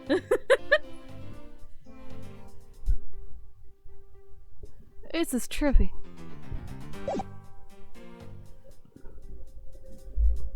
Of course, a professional flight attendant can't afford to make mistakes after all. Perhaps. But you must admit that there are few who look at a murder with a clear mind. We attendants all go through extensive training and are always calm and collected. We'll even calmly serve you coffee if you so wish, as the plane makes a splashdown. Your eye is twitching. Your eye is twitching. You seem very forced with a smile. I fail to see how that would be the calm and rational thing to do in an emergency. We will even serve coffee and cakes to a bomb threat. Even until the bitter end, we are there to serve the passengers. That is the duty of all professional flight attendants. You certainly are confident. Anyway, shall we return to your testimony? The scene I saw in front of the elevator. Oh, whoop.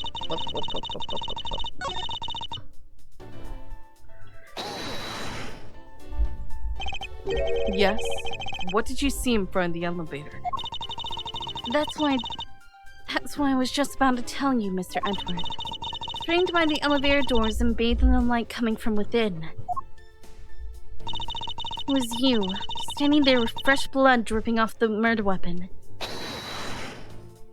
The murder weapon dripping with blood. Really now? I swear that was the grisly scene I saw before me. Thank goodness it wasn't a passenger who saw, or there'd be widespread panic by now. As I recall, you were quite panicked yourself at the time. Excuse me? You were scared enough to misread the situation and accuse me of murder. Nonsense! Professional flight attendants can't afford to be that flustered. I witnessed the murder scene and am now listening to your defense, all with a smile. No matter how forced it is. Apparently you also lie with a smile on your face. So if you would please cooperate, we'll turn you over to... just as soon as we land. I am not the culprit, and yet you would keep these restraints on me. Mr. Edgeworth, please, try to understand what kind of situation you're in right now. And what exactly is my situation? I have the backing of the captain to keep you bound in this way. We are within a legal right to restrain anyone who might threaten our captain mid-flight. In essence, you're in the same situation as someone who has been arrested by the police. So I am to stay restrained until I can clear up all her doubts. At least I'm close. Her mistake shines like the silver lining on a dark rain cloud. And I'm going to capture some of the light with evidence. Yeah, it wasn't the thing. It was a wallet. Miss Tenario. What is with the yelling all of a sudden? Force of habit. Well, it doesn't matter.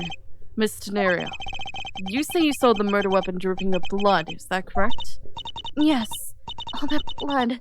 Drip, drip, drip. Just recalling that scene sends a chill down my spine. Sorry, but your so-called professional flight attendant training has failed you. What? I'd like to direct your attention to this. Do you know what this is? It's a travel route wallet, right? It looks a little big and bulky. The thing you saw me holding when I discovered the dead body in the elevator was this very travel wallet, Miss Denario. What? Impossible! Now then, do you still think I am the killer? That I killed him with the travel wallet? But I saw blood dripping from the wallet. I know I did. As you can see, the wallet is clearly stained. But if you would be so kind as to take a whiff, I think you'd agree it's only grape juice. Then... That's right. You mistook grape juice for blood. What's up with everyone and drinking grape juice? The murder weapon dripping with blood does not in fact exist. No! There. That should clear up the pesky accusation. Hold it. Wait just a sec. That is... I mean, even a wallet could be deadly if it was wrapped around something heavy. I demand that you show me what's inside. Please. She's trembling and the tacked on please at the end. Sounds like I've got her. There's no need to look inside. Even you can tell from its appearance that it's light. No! I can't be sure of anything until I see the contents of the wallet for myself. She's a persistent one. I suppose we have no choice but to see what's inside. Miss Denario, if you would be so kind as to open the wallet and check its contents for me. All right. I usually don't pry into passengers' belongings, but we have no choice here. Wine. I don't care that you say it's grape juice. It's clearly wine. Grape juice stains the outer cover. True, it was I who dropped in the juice. However, I didn't do it out of ill intentions. KK. Oh. It seems the passport is all that's in here. As you saw, there was nothing but a passport inside. This renders your wallet as the murder weapon argument moot. Wouldn't you agree? Please, hear me out, Mr. Edgeworth. What is it now? Well, I was wondering, whose passport is it exactly? Can I take a look? Why not? I'm rather curious myself. This is... Ackby Hicks? Ackby Hicks? Republic of Borginia. Borginia?! Again with Borginia?! Is this the second time we dealt with Borginia?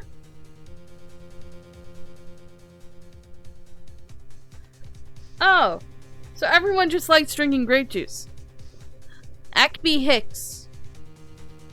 Ackby Hicks. Ackby Hicks. Though we know that his real name is Bayaka. Just as I thought. This travel wallet belonged to Mr. Ackby Hicks, which makes it the victim's property. Wallet data updating the organizer. Picked up off the floor in front of the elevator. There's but a passport inside. You stole the victim's wallet, didn't you? How dare you! You said it yourself. You claimed to be holding this wallet in your hands when I found you. Perhaps I did misconstrue the wallet for the murder weapon. But it seems that I wasn't wrong about who the culprit is. Miss Tenario's logic. As you claim, the murder weapon is not the travel wallet. However, it is something you stole from Mr. Hicks after you were done with the vile deed. I find it hard to believe myself, but your motive was very simple. You were out to steal Mr. Hicks' money, weren't you? Then why is it all over the floor? So even though I didn't have the murder weapon on me, you still suspect me, I see. You stood up at the crime scene with the victim's wallet in your hands. How can I turn a blind eye and not suspect of foul play? Miss Tenario's logic.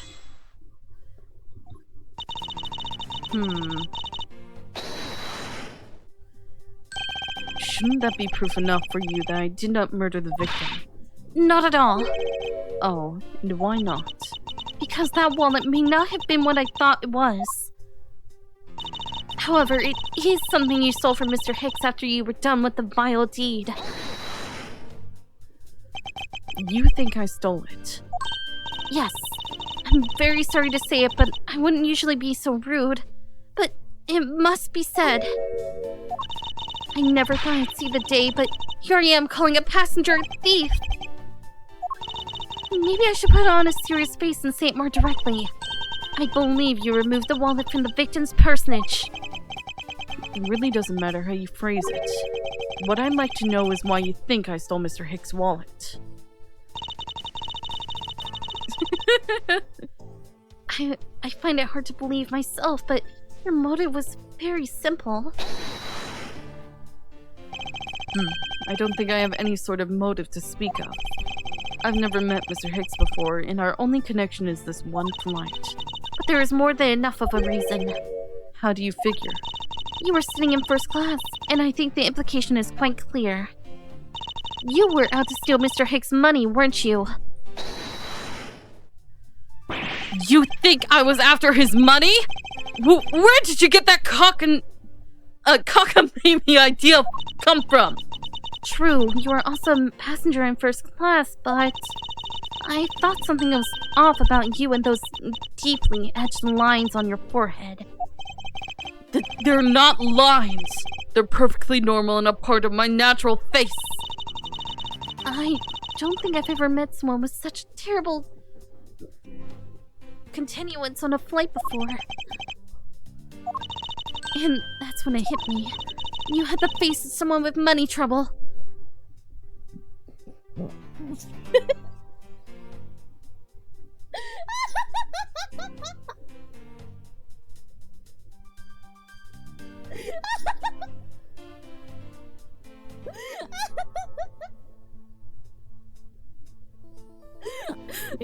Yes, Edgeworth, a head prosecutor, has money trouble.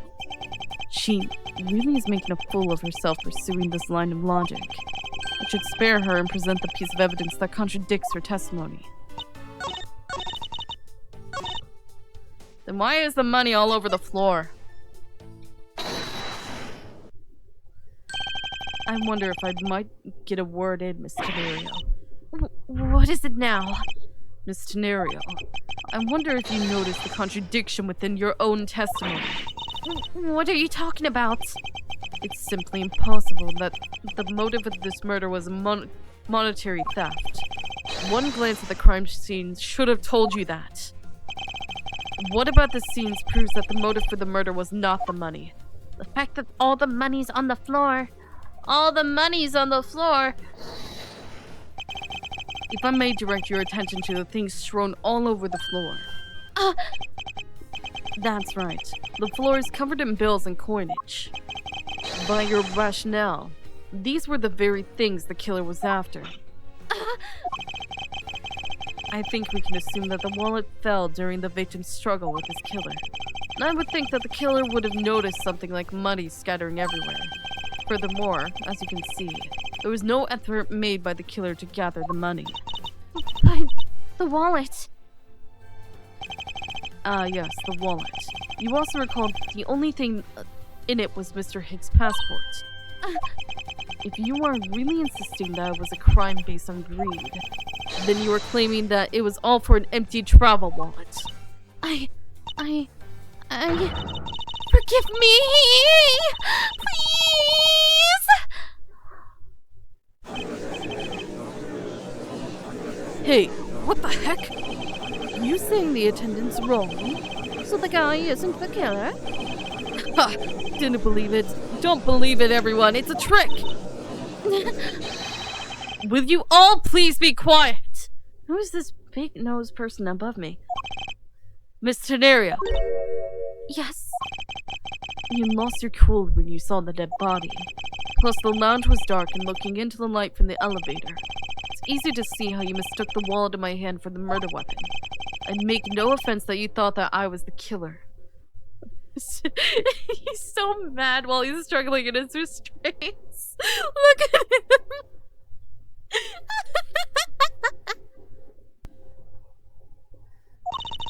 Mr. Edgeworth. Thank you for releasing me. What the Egyptian?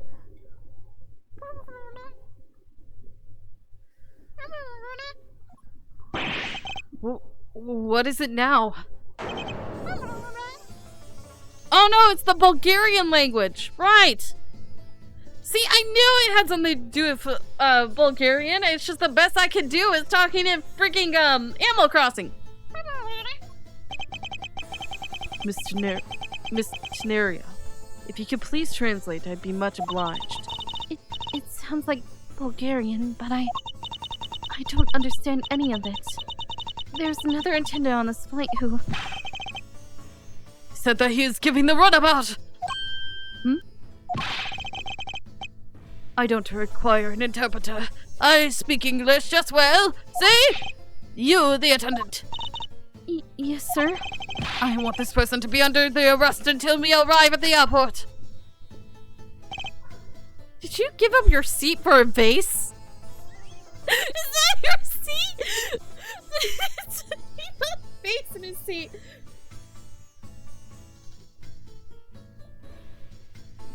Yeah, Borginia. Was I saying Bulgaria? I meant Borginia. Borginia. Hi, Briz. I'm sorry, sir, but what exactly are you hoping for? What is it you want? I am finished talking to the likes of you. Please, I would like to hear what you would like me to be held under arrest until we land. You! How dare you try to waste my time? I don't know what accent I'm doing. I'm just mixing. You were the one who stuck your nose into my affairs. I wanted to spend even at least one more second with my precious art. I have no time for other things. I know what you are. I see through you. Insolvent. Yes, I am pretty sure that's how you say it in English. Well, I should hope I am monetarily bankrupt, but I don't think that's what you meant. I'm sorry, but I don't think I caught your name. I am Zinkalam Black2 the second. I am a very wealthy man in the Borginia. And I am not an ordinary rich man. I am an art dealer, a rich seller of beauty. This is turning into a French accent. Whatever accent I'm deciding, it's just gonna keep mixing because Borginia is not a real place. The Doofenshmirtz voice? Ah, Perry the Platypus. That's the closest I can get. Mr. Montblanc, what did you mean just now? Pardon?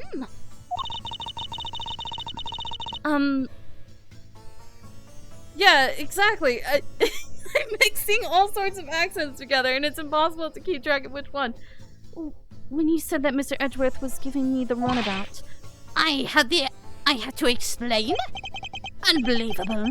I will say it once and only once. That's the closest to a Doofenshmirtz voice I can get. Does that fit better than the random stuff? I do not have even a second to waste. Time is money, as they say. Pay the platypus. Yes, and yet he continued to blather on. Bagpipes. Doing the closest to a Doofenshmirtz impression I can is a little easier. So essentially he's a sheep's bladder, is what you're saying. I say it was. Yes, I did. I saw the victim go into the elevator. Going down to the lounge. Does not sound exactly like Doofenshmirtz. It's the closest I can get. I can't get it perfectly. I am sorry. It was exactly at 6 o'clock.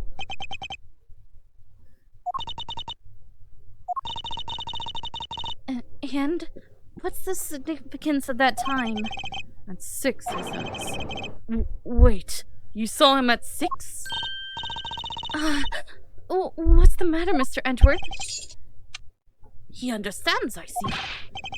Miss Attendant, what time did you discover the body? Well, it was after the patch of turbulence, so I would say around 6:15. was his name, was it? Then I say that the man Hicks was killed in a 15-minute time span. And the only person in the lounge at the time that was this prosecutor, yes?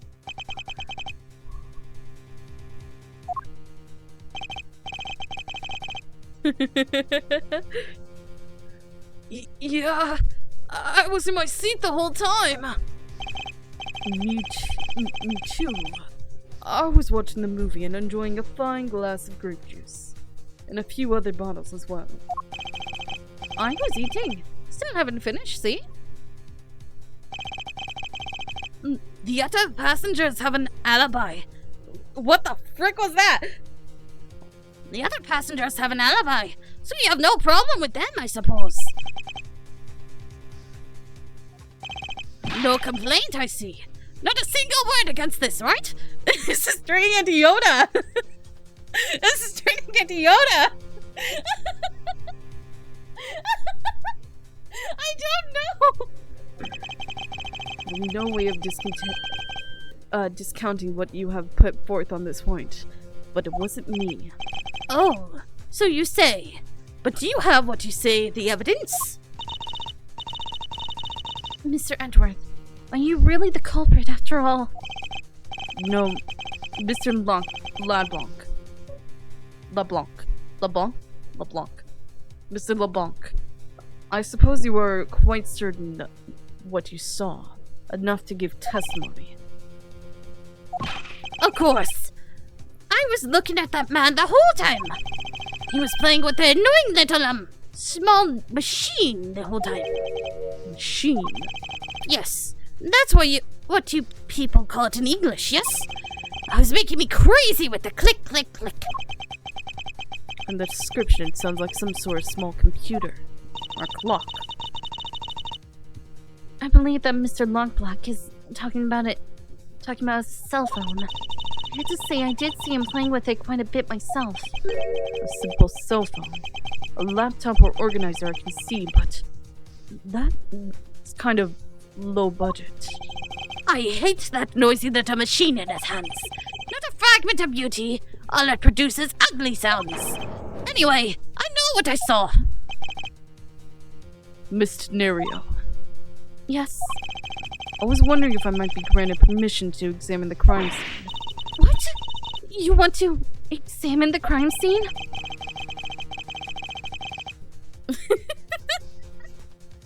If you grant me a little measure of time, I'm sure I can produce a real culprit. I don't like the sound of that. Fox in the duck pen. Fox in the duck pen? Yes, I think that is how you say it in English. Chicken coop. It's fox guarding the hen house. I believe my innocence was proven earlier.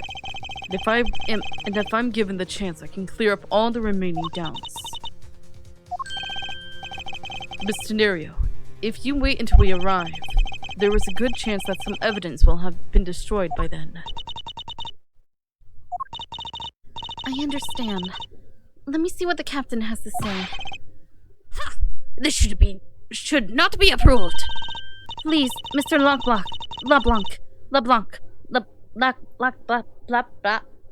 In an emergency, all decisions are to be made by the captain alone. Now please, wait here while I go to the captain. Ask the captain what to do. I'll be right back. You're petting that statue very hard. You are not planning to erase evidence when you are doing your investigation, yes? Of course not. Ha! We will see. Mr. Edgeworth, you have the captain's permission to investigate the crime scene. Ooh, what? Unbelievable! I am in your debt, Mr. Nerio. However, there is one condition. I am to supervise you. Can you agree to that? Of course. I see no problem with that stipulation. It's only natural that I am still a suspect in this case. I take full responsibility and will watch Mr. Edgeworth's every move. I hope this is a reassurance enough that there will be no foul play. Now then, Mr. Edgeworth, shall we proceed? If you should need my help with anything, please feel free to use T to talk. It's time to head to the scene of the crime. The first floor lounge.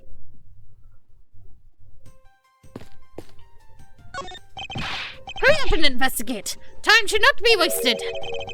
Precious is human time, is how you say it, I believe. Oh, what the heck is going on over there? Who's that lady with the teddy bear? Mr. LeBlanc seems to be protecting the gargantuan vase on the chair rather closely. It's a marvelous vase, though, isn't it? Yes, I dare say so, as a professional attendant. I don't think there's any real connection between a piece of art and being an attendant. But I'm not just any old attendant. By the way, this guy's turning so red, I feel like he's gonna die in a sec. I'm a professional flight attendant. As though there was such a thing as an amateur flight attendant. Probably her. Why is that? Why are you like that, lady? How did you find your meal to be, Mr. Edgeworth? Come to think of it, I forgot all about it. I must have been asleep or something. Oh, I'm terribly sorry. Let me prepare you something right away. What are you apologizing for, Mr. Tenario?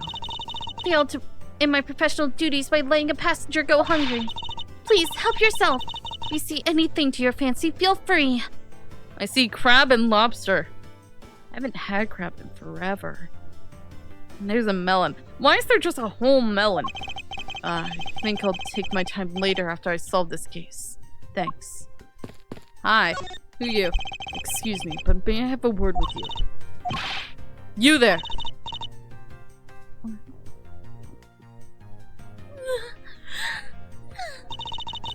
He needs something. Please ask Miss Rhoda over there, okay? What the? Hey! Wake up, you! I'm terribly sorry, but she's being so rude, Mr. Edgeworth. No need for you to apologize. Just find it hard to believe she's asleep on the job. If I were her boss, I'd see to it that her salary was cut as so low it was in the red. Like I've done with Gumshoe. She's like sleeping right here. This leads to the emergency escape hatch. You can't go there in mid-flight. What's the probability that the criminal escaped through here? 100%. Oh, let me finish my thought. I'm 100% certain they didn't. When I'm searching for an answer, only complete thoughts need apply. Just sleeping, standing up. I've done that before. I've done that before. It's not really all that fun. It's a movie poster for License to Love, Laugh, Maim, and Murder. That's a GoU airline-sponsored movie. It's a suspense, hard-boiled action, romantic, horror comedy flick. It's like every hard-boiled and comedy is contradictionary. What? Hard-boiled comedy. How would this play? Does anyone know a movie that's actually like this, where it's suspense, hard-boiled, action, romantic, horror, comedy flick? Excellent. Is that the genre listing for this thing? Yes, it's a movie that can be enjoyed by anyone because it encompasses all those genres. I can't even begin to imagine what the plot would be. But you have to admit it has piqued your curiosity, right? I heard the main strategy with this genre listing was to make people curious. The original one? The original Space Jam? Please, the original one. I didn't like the remake. It just felt too cartoonish, if that makes sense. The original Space Jam horror. The original one made sense, and it mixed cartoon world with reality pretty well, in my opinion. But the second one became too much of a cartoon, if that makes any sense. Well then, consider the mission a successful one. Might have to check it out later. This was Mr. Higgs' seat. I don't see the machine Mr. LeBlanc was talking about. Perhaps it's in the elevator. Maybe. should probably head down to the crime scene now. Oh, is the elevator out of order because of the crime scene? By the way, you wake up! LeBlanc is not happy. Nothing else? My tea's cold. It's my seat. Unfortunately, I didn't bring anything particularly useful for an investigation. It's not as if I'm constantly prepared for such a thing to occur, even though I should.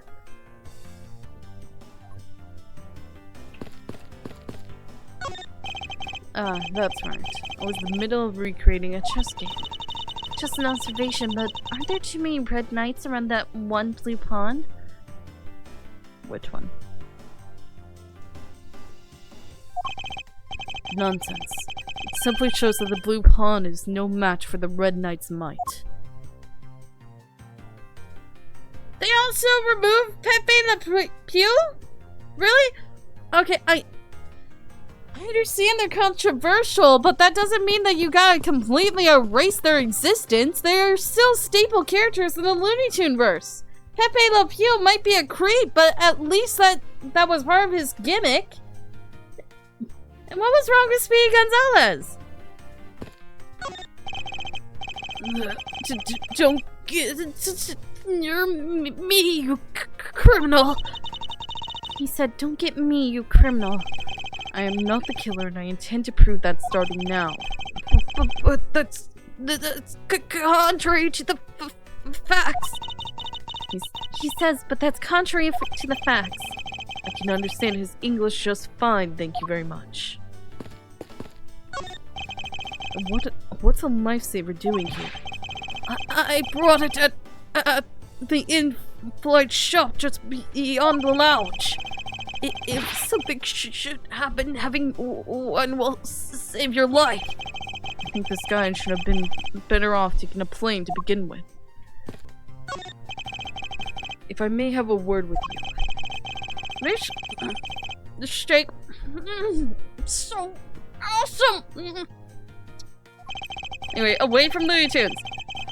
That's great to hear. However, I would like to ask you a few questions. I was here the whole time, so we're no. Eat or speak. Please pick one.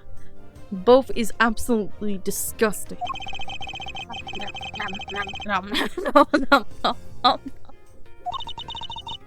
I think he chose to eat. I can see that. Yes, I can hear that as well. Can I know anything else of this person? No, I can't.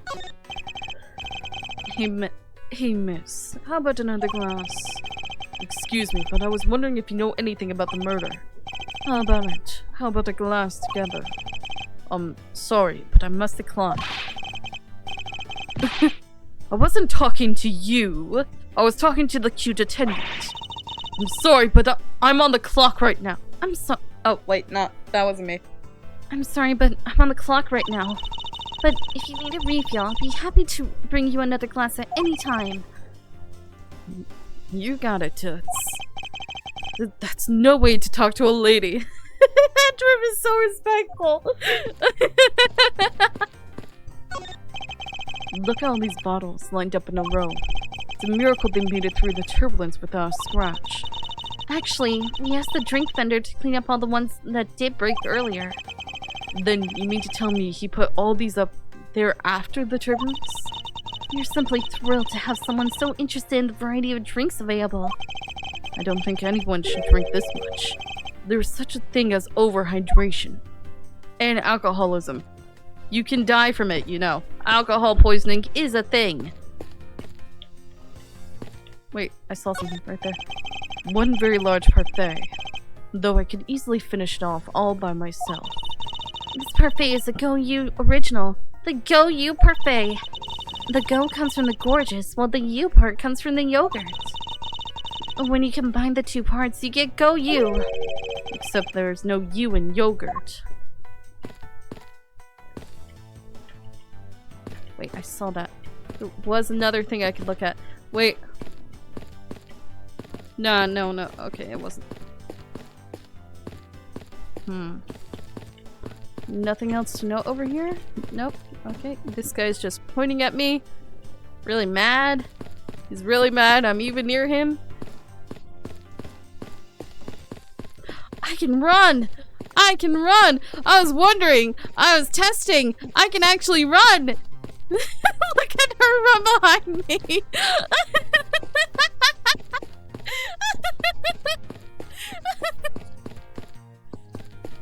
Just getting my steps in. Just getting my steps in. I gotta get my steps in before I do this investigation.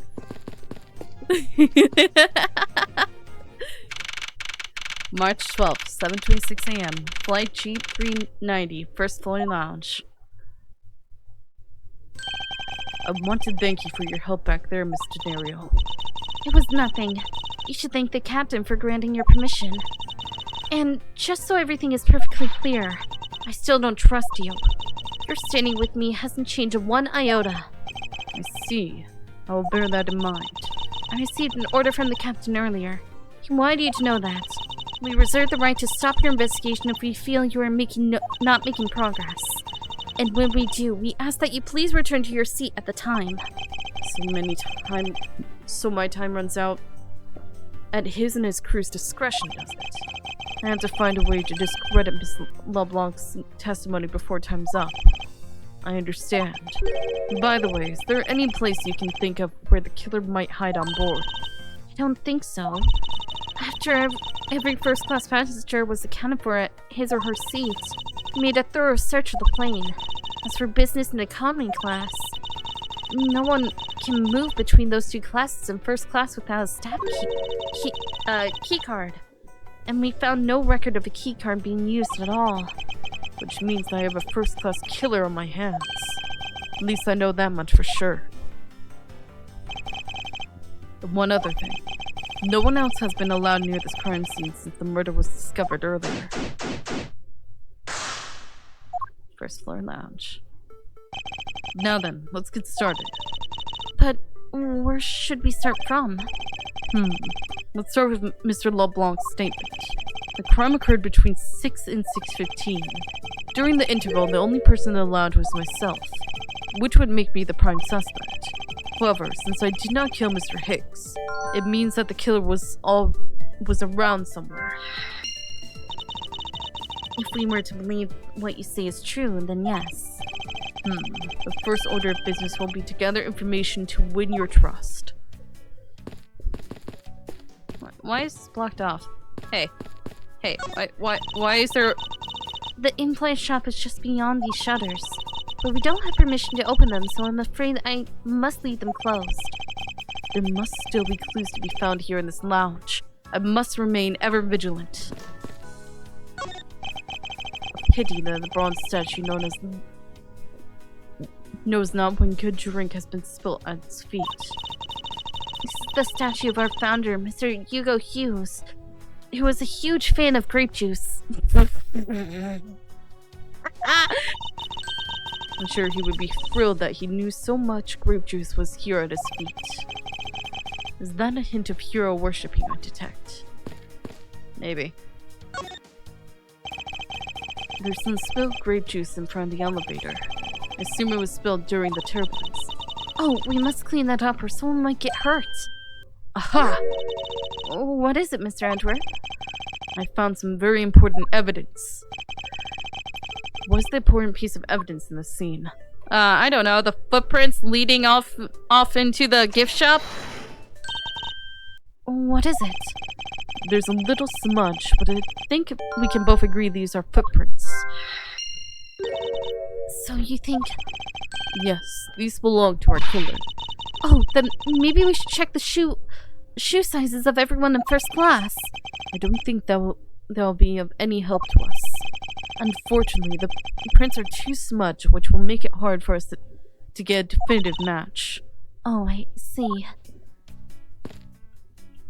Well, at least she's more understanding than a certain somebody I will not name. Is this body really Viacon? Poll answers are 1. Yes 2. Number 3. It's an imposter. 4. Ike tell me. What? What happened? What was that? Scared the heck out of me. I forgot that was a thing. Oh, okay. I guess we're doing a poll. Alright.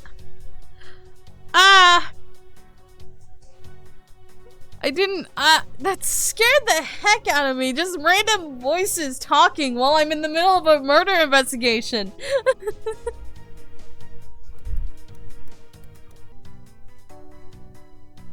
There you go. Poll started, Yogama. Are you happening? Scared the heck out of me with freaking text-to-speech that I didn't know was on. Glasses and candles thrown into disarray by the turbulence.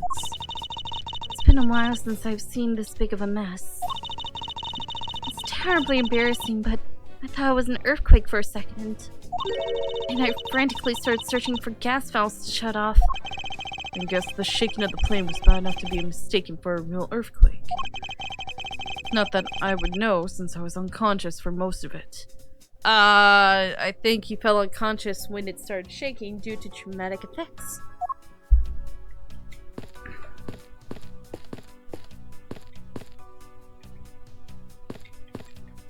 Come on. There we go. This toppled over chair. Yet another victim in the turbulence. No! Look how the great juice staining the back!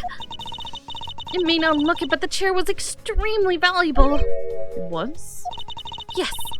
Yes! It was used when the Rocker Pals came to tour this plane. The Rocker Pals leader sat in this very chair. I'm sorry, but what are these Rocker Pals? Can't believe you never heard of them. They're all the rage. The Rocker Pals are extremely popular international band. They added the Pals part as they became more popular, especially among teens. Ah, that explains it. I'm not really one for music of today. Maybe I should ask Detective Gumshoe about them later. On second thought, I can already see how confusing the conversation would get.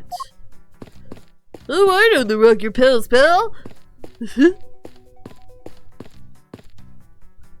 President. Oh, what? Is he? Look at the top corner! This door leads to a flight attendant's room. But please understand that it's off limits to unauthorized personnel. This room is giving off the scent of woman's perfume. One would think the perfume would smell great. However, it simply smells. Not that I have any interest in what lies beyond this door. Perhaps we should return to the investigation, Mr. Edgeworth? Mr. Edgeworth? Sorry, I spaced out for a second there. These bottles and glasses must have been broken by the turbulence. There's quite a bit of broken glass here. Please be careful when passing through the area. Thank you very much for the warning, Mr. Edgeworth. However, no matter how kind you are towards me, know that it does not clear up any suspicions I have about you. I wasn't warning you for the sake of clearing my name. I am a good boy. I was raised properly by a mother. These counter windows offer a glimpse of the sky, but these clouds, they tell me nothing. Mr. Edgeworth, you look like you're talking to the clouds. Is that so? Then tell me, what do you suppose I said to them? I don't know, but it looked like a rather one-sided conversation. The clouds. They tell me nothing. There are a few copies of Sky magazine in the magazine rack. This month's special is an English trivia quiz. That's not a bad idea. I've heard that the youth of today don't know a particle from a participle. Participle? Now. Please don't go around confusing people with made-up words, Mr. Edgeworth. Who's ever heard of such a silly word as a participle? Case in point.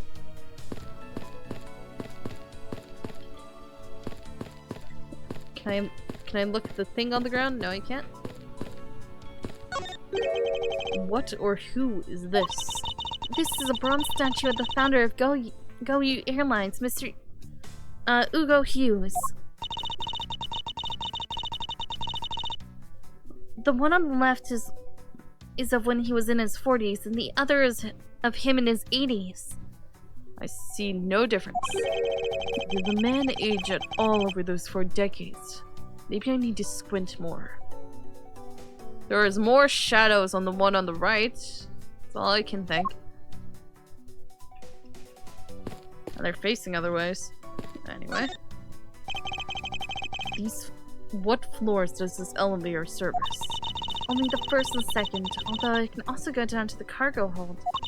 However, it requires a flight keycard. Flight-proof keycard.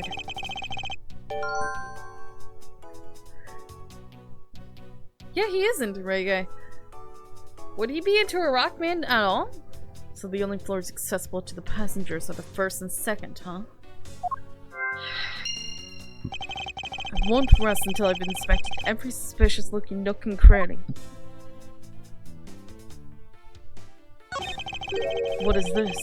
Sinister-looking figurine on the floor here. It's a tanuki. Oh, that's a piggy bank of our company mascot, Captain Ugo. It's just one of the many pieces of merchandise we sell at our in-flight shop. This bank is limited edition, and it's so popular that we're down to our last one. You have an in-flight shop? Yep. Yes, it's just beyond the lounge to the right.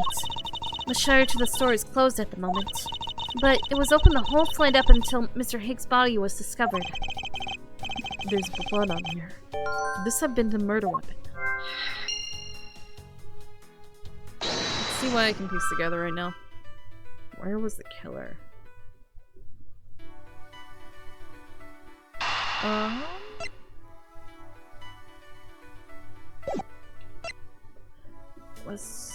It connects to the 1st and 2nd floor.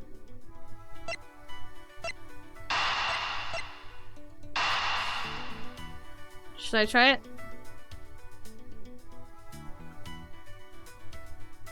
I think these match up. Yes? Nope. Okay, well now I see. I can't see a clear connection between these 2 pieces of information. Whoops. Spill grape juice, elevator, murder weapon.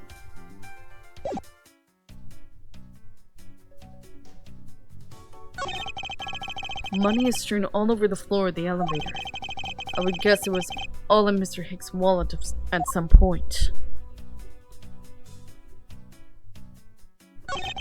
I doubt anyone was suspecting to find a dead body in an elevator on this flight. So, Mr. Hicks, he's really dead? Yes. She's trembling, although I can't fault her for that when there's a corpse right there. Mr. Hicks, if you're really dead, then please answer yes. I see she's over the trembling now, although a new symptom seems to have appeared. Anyway, I would focus on the victim's body. Let's see. There's blood on the back of Mr. Hicks' head. Could this be the cause of death? He appears to have been struck very hard. Even his glasses are broken.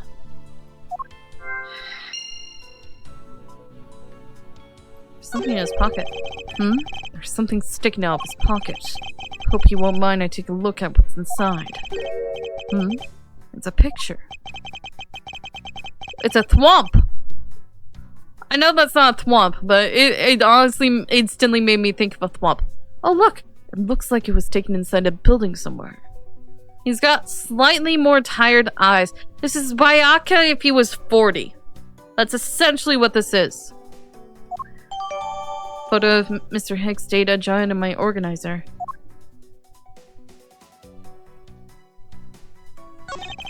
I wonder what was hanging off of this lanyard. Something's missing from this picture. Now, if I could just put my finger on it. Is that everything else to look at? Nothing else? There's a coin. Look at his shoes. There's no grape juice residue on the soles of his shoes, making it highly unlikely that Mr. Hicks entered the elevator after the turbulence. Alright, let's piece together what I have. I have 6 pieces.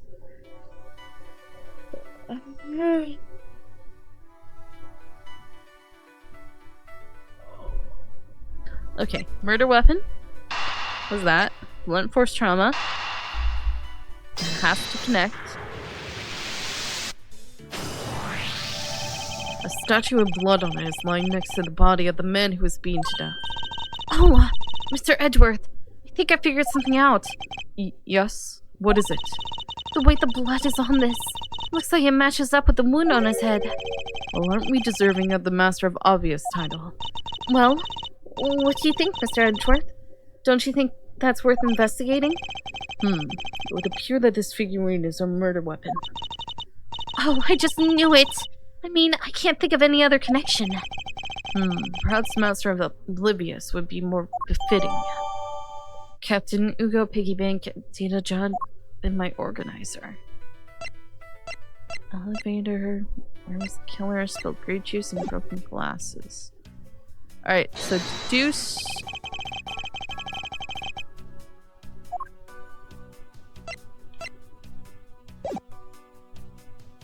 No, deduce right here. Right here. I deduced in the wrong location. Eureka! Mr. Hicks' machine is nowhere to be found. His machine? His cell phone, Miss Tenario. So I guess because it's not here. Yes, I think we can safely deduce the killer took it. Missing cell phone data jotted down in my organizer. I think that's everything else.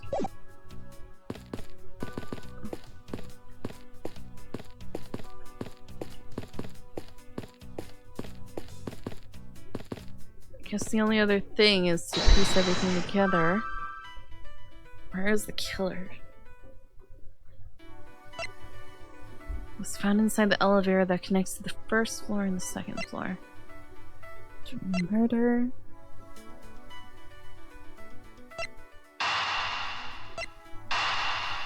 Did these connect?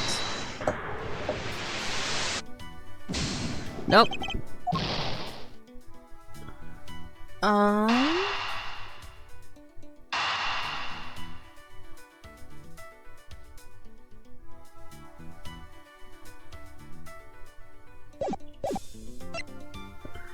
In front of the elevator. Broken during the murder.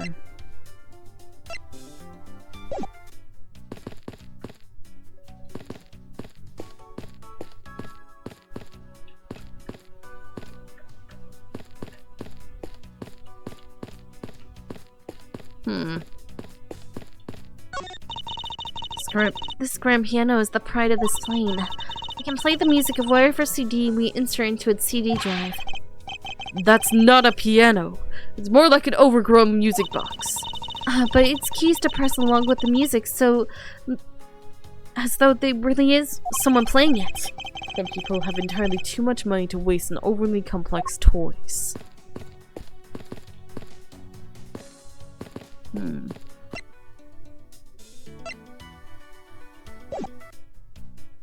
I should probably save, shouldn't I? With the way how things are going right now. I don't understand what I'm missing. I'm missing something.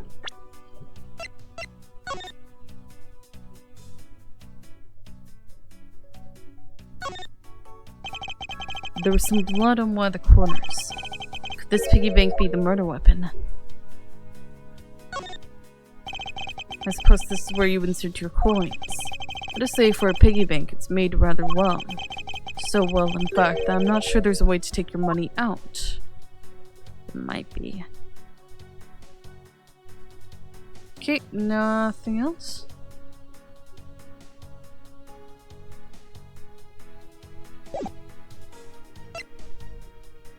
That's gone missing.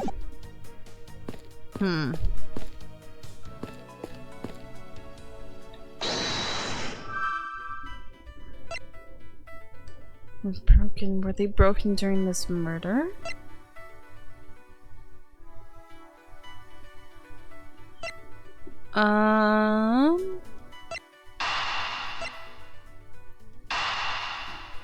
Let's try this. This is the only other thing I haven't tried connecting. Nope.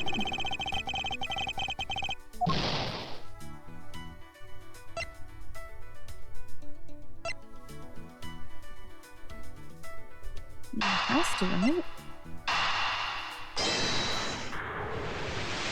Something else has to connect.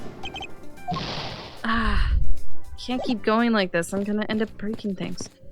What am I missing here? Hey.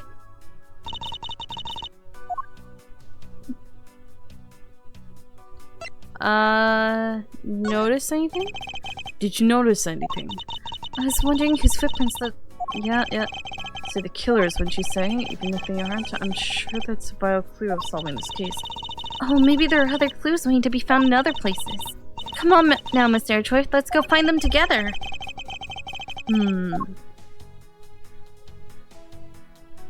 Captain's permission. Miss Tenario, I'd like to ask you about the investigating the lounge. As long as you have the captain's permission, I can't stop you from looking around. If you could pass a message along, tell him I'm grateful for his spirit of cooperation. I will. However, please realize that you are still under suspicion. To be honest, I still have my doubts about you. Of course, and I take no offense. Do you really understand what I'm saying? Yes, verily. Do you pinky swear you do? On your honor as a professional prosecutor? I pinky swear I do. On my honor as a professional prosecutor. Well, I guess that settles that. I feel my honor as a man slowly diminishing. What am I meant to do here?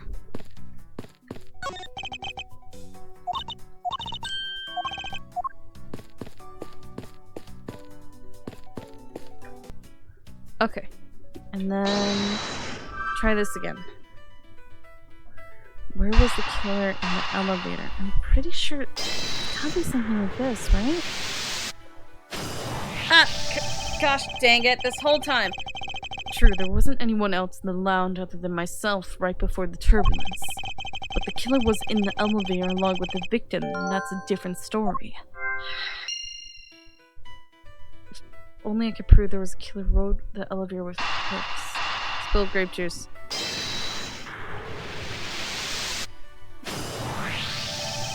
I have it! I'm sorry, but I don't understand, Mr. Edgeworth. I can prove that someone other than myself was here around the time of the murder. What? Really? Yes. It's rather simple, actually. The proof is in the pudding. Or rather, the grape juice in this case. These footsteps here confess to me this very fact, that someone exited the elevator alive. Seeing as how the victim is dead, that would mean a second person. But couldn't the footprints be from Mr. Hicks himself? But if you take a look at the victim's shoes, you can see the soles are spotless. Which means... Mr. Hicks was not alone in the elevator. In fact, it's quite the opposite. There was actually one other person inside the elevator. Grape juice footprints data jotted down in my organizer. Investigation complete. Yay, I'm healed. What's going on over there? What?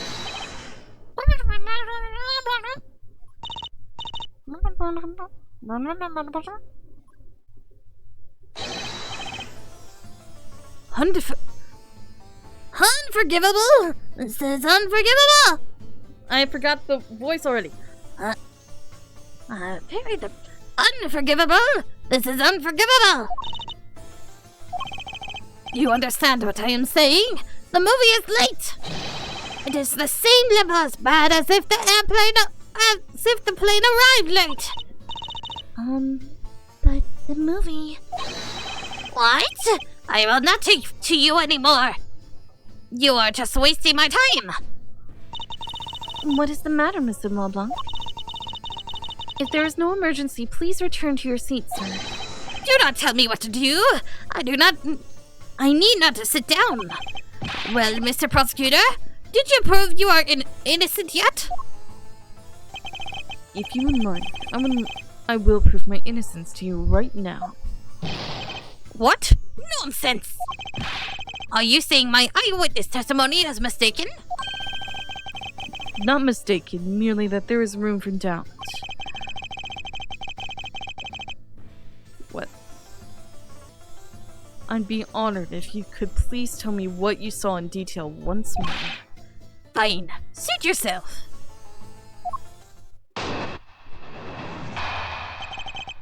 What I saw. I am certain I saw Mr. Hicks enter that elevator. It was when the needles on my pocket watch pointed at the 6 and the 12. The body was discovered 15 minutes after that in the lounge, yes? Then you, the only person in the lounge at the time, must be the criminal. Mr. LeBlanc's conclusions seem to make logical sense. After all, the only person in the lounge at the supposed time of the murder was me. So, my eyewitness testimony? If you think you can destroy it, then come, let me see. Hurry?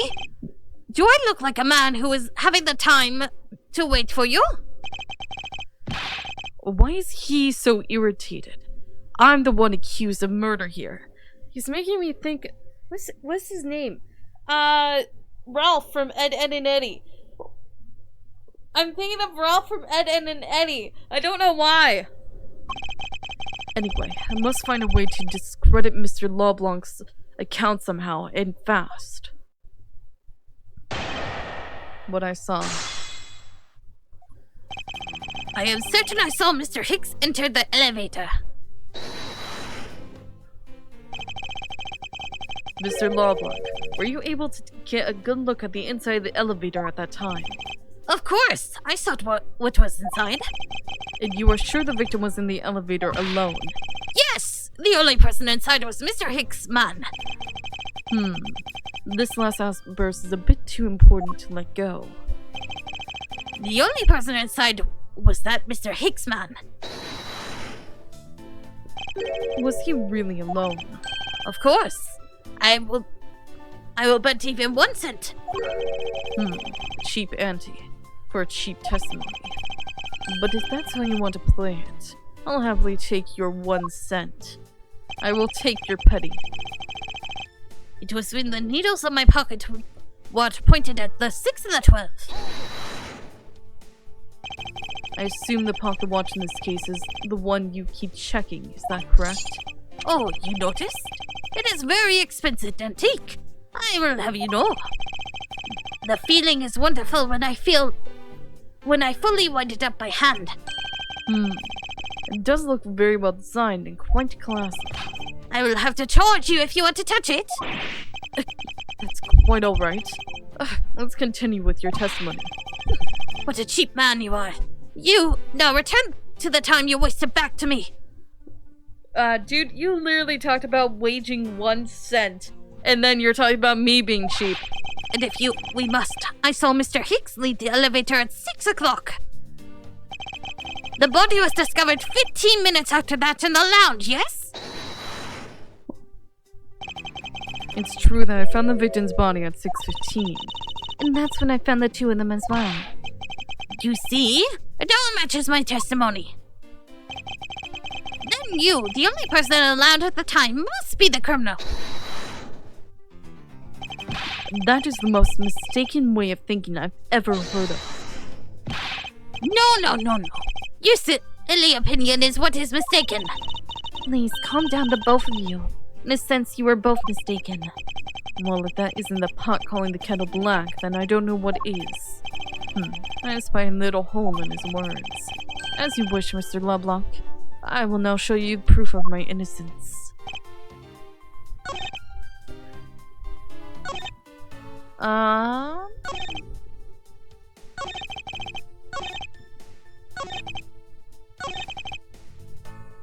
Each percent.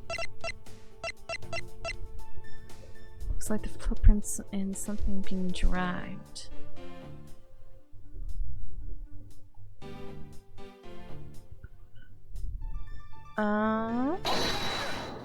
Is that it? Yeah, it is. Okay. Mr. LeBlanc. What is it? There is a very glaring contradiction in your testimony. What do you mean? Please take a look at the area in front of the elevator. There at the spilled grape juice. Yes, and? Will you admit you also spilled it with the blood? No, it spilled itself during the turbulence. But the interesting thing here is that the set of grape juice footprints. Footprints? Yes, the ones that lead from within the elevator out into the lounge itself. It's evidence that proves that someone other than Mr. Hicks exited the elevator alive. Oh! There must have been another person in the elevator with Mr. Hicks. Now then, I'm done playing games. Why don't you tell us the truth?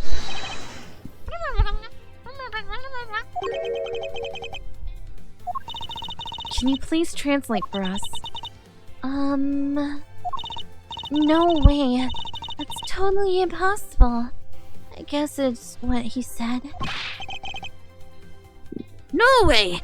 That is totally impossible! I know there was no other person in there. I saw with my own eyes. If you want to know what I think, Mr. Edgeworth, I don't think Mr. LeBlanc is lying to us. Suppose she's right. He doesn't seem to be lying. But then, what does it mean? What about this contradiction? Mr. LeBlanc, please, just once more, will you recall the details of what you witnessed for me? Nah. Well, I saw part 2. I was very upset when Mr. Hicks passed by my seat. I was always checking the time over and over again. I happened to follow the man with my eyes when he passed me, and I saw clearly into the elevator he was entering. But I swear there was no one else inside. No one! Mr. LeBlanc, if you would please calm down. What? Dare you to have an issue with my eyewitness testimony? No, not at all. Please, forget I said anything. Yet again, he doesn't appear to be lying. But I can't let this testimony stand as the truth.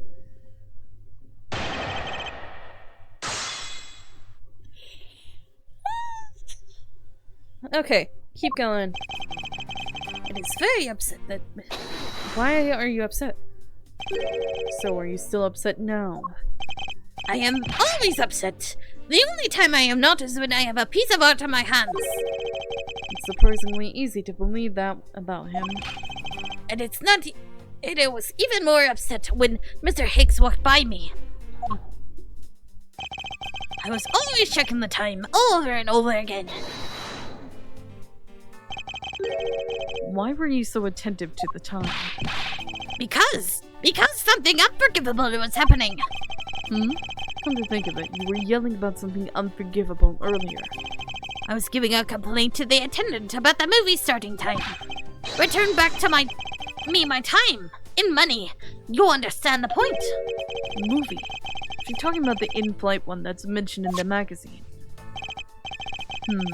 Summary of the plot and its start time. Interesting. They were supposed to show License to Love, Laugh, Maim, and Murder.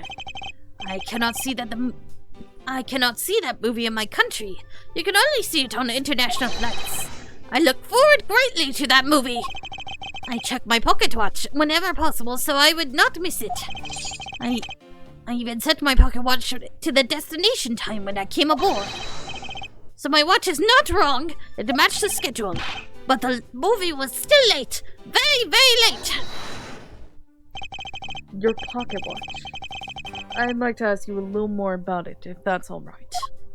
The movie I wanted to see would not start, so I checked my pocket watch many times. So this movie you mentioned is the one listed in Sky magazine? Yes. I was so looking forward to watching License to Love, Laugh, Maim, and Murder. Miss Tenario, was this movie shown on this flight? Yes, it was shown at the scheduled time. Isn't it possible you simply slept through it by accident? Nonsense! You doubt me? No! No, stop pointing at me like that! Odd. How did he miss a movie he was clearly hoping to see? I checked my pocket watch a great number of times. That much I know for sure. My watch is set to my destination's time. I always set it when I board the plane. You're sure about what you just testified, Mr. LeBlanc? Yes, of course. I'm a very busy man. I am immediately busy when I land. I have many places to go and no time to waste adjusting my pocket watch. See, that was a very valuable statement you just made. That's why you should go digital. Flatter me all you want, but you will not get 1 cent out of me. That's alright. All I require is this piece of testimony. I happened to follow that man with my eyes when he passed me. Wait, let me look at my...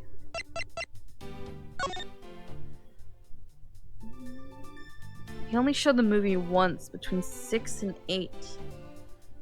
All times shown to our departure time zone. Ah, that's the problem, dude. You missed the movie because you set your pocket watch wrong. And it only runs for... So, what? I don't... Did he set like 2 hours or a few hours early? I happened to follow the man with my eyes when he passed me. And I saw clearly into the elevator he was entering. But... I honestly don't think Mr. LeBlanc is lying. I don't think he's lying either. But I think he might be mistaken about something. Mistaken? Yes, and I'm going to correct his mistaken recollection with evidence. And this professional attendant shall witness the prowess of a professional prosecutor. Yeah, that's the problem right there. Since you only happened to see him, it's possible that you missed something in that glance. even if only happened, I did not miss a thing. And how can you be so sure? Just because. I would appreciate if you didn't take my life so lightly with a simple just because. Well, then I was only making a joke. I saw Mr. Hanks, alright? And I saw clearly into the elevator he was entering. Is it possible that someone was hiding inside? What? You dare insult me? I have belief in my eyesight. When I look for art to sell, I am told that often I have great sight for the arts. I think the phrase we're looking for is great sense, although that's debatable. But isn't it possible someone was just outside of your line of sight? You are persistent. I tell you, I looked clearly. But I swear there was no one else inside. No one. Why do you insist you are absolutely not mistaken? Because when I say I am not wrong, I am not wrong. Mr. LeBlanc, if I may, I think beyond misconceptions and mistakes lies the truth.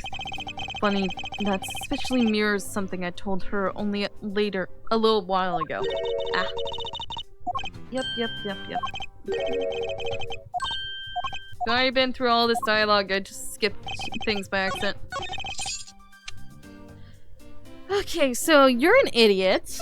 It clearly states on the pamphlet... It's not a pamphlet, it's a magazine. It clearly states that our time schedule is set by our departure time zone. Mr. LeBlanc, you said this just now in your testimony. I even set my pocket watch to the destination time when I come on board. If your watch has been set on your destination's time zone, it would mean that your watch is displaying the time of our destination.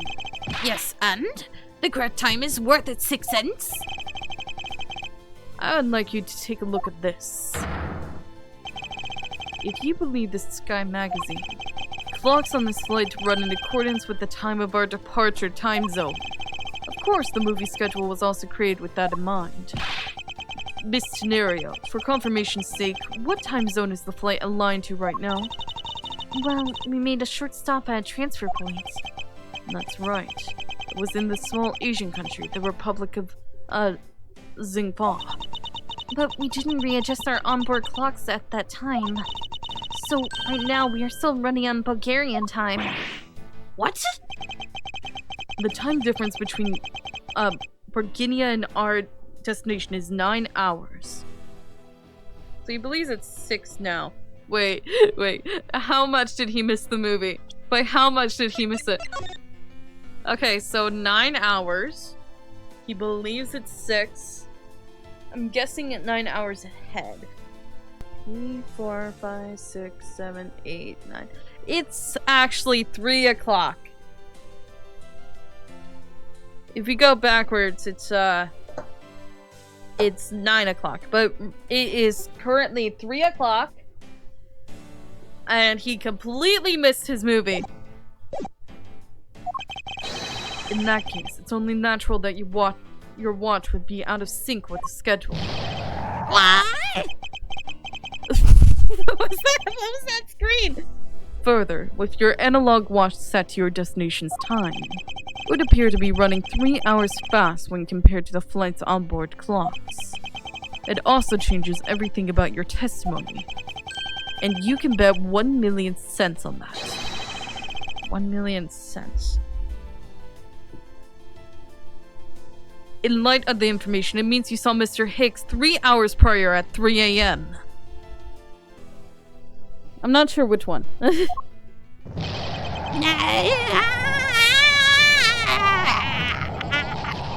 1 million cents!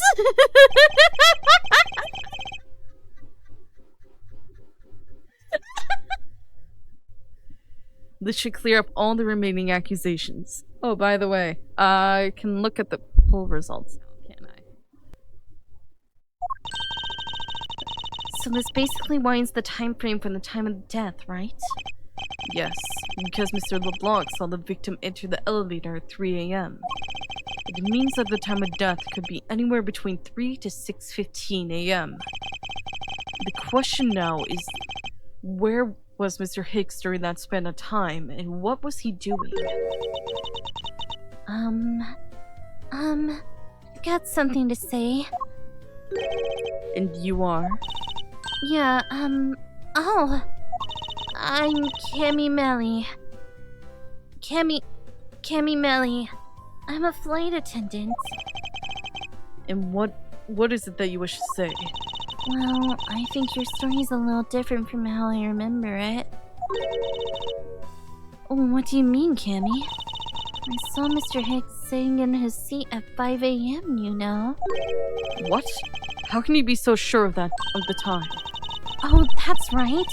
He pushed his call button when he was when we were parked at the transfer point. This flight will be making a brief stop to refuel and transfer cargo the Republic of Xingfa between 4 and 5 a.m. We ask that all passengers remain on board at that time. Thank you for your cooperation.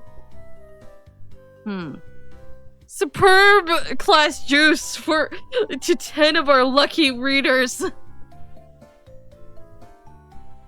The stop we made for refueling and cargo transfer at Xingfa, correct? Yes, it was from 4 to 5 a.m. according to our clocks. And during that time, did any of the passengers leave, or did any new ones board this flight? No. Not a single person got off or on in Xingfa. What about the flight crew? The few who were handling the cargo transfer might have temporarily gotten on it or off. But eventually, everyone including Cammy and myself came back on the plane. So basically, I can assume that no one left or got on since our initial takeoff. Interesting. I should keep that in mind. Refueling in Xingfa data jotted down in my organizer. Made a brief stop from 4 a.m. to 5 a.m. to transfer cargo and refuel at transfer points. Yeah, and I answered his call. I can tell you Mr. Maggey Hicks was there in his seat when he took off again at 5 a.m. Miss Melly's testimony jotted down in my organizer. Alright, then that puts the time of the murder between 5 and 6:15 a.m. Okay. Now, what time did you come down to the lounge, Mr. Edgeworth? Chamomile? Oh! Okay. I remember coming down here almost as soon as we left the Republic of Xingfa. You were here the whole time from 5, yes? Then you are the only one who could be the killer. Mr. Edgeworth, were you really here in the lounge the entire time from 5 a.m. onwards? Unfortunately, yes. But then, how do we explain the footprints? It is not that obvious. This man waited for Mr. Hicks here in this lounge, waited to kill him. And then he put the corpse in the elevator. That is when the turbulence happened. My eyewitness testimony may have been mistaken, but what time I saw Mr. Hicks enter the elevator on the second floor does not matter, because the entire incident concluded here in this lounge. Everything happened in this lounge. Is that what you really believe, Mr. LeBlanc? What? Do you have another idea? I simply feel that there is something out of place in the scenario you presented. Is there something that can tie this crime to a location other than this lounge? Just hit on the back of the head. I do not need to hear your wild desperation stories. Grasping for reeds, I think is how you say it, yes? I didn't mean to pull that piece out. It was simply a slip of the hand, I assure you. Okay, something else that ties it to a different lounge. Probably this? The footprints? These footprints. In which direction do you think these are headed? That would be the in-flight shop. Correct. They are headed in the direction of the shop. But they look disconnected. They end all of a sudden. You are right to point out that they do not form one continuous trail to the shop. However, there is another piece of evidence that connects the shop to our crime scene. Besides the footprints, what else points to the in-flight shop?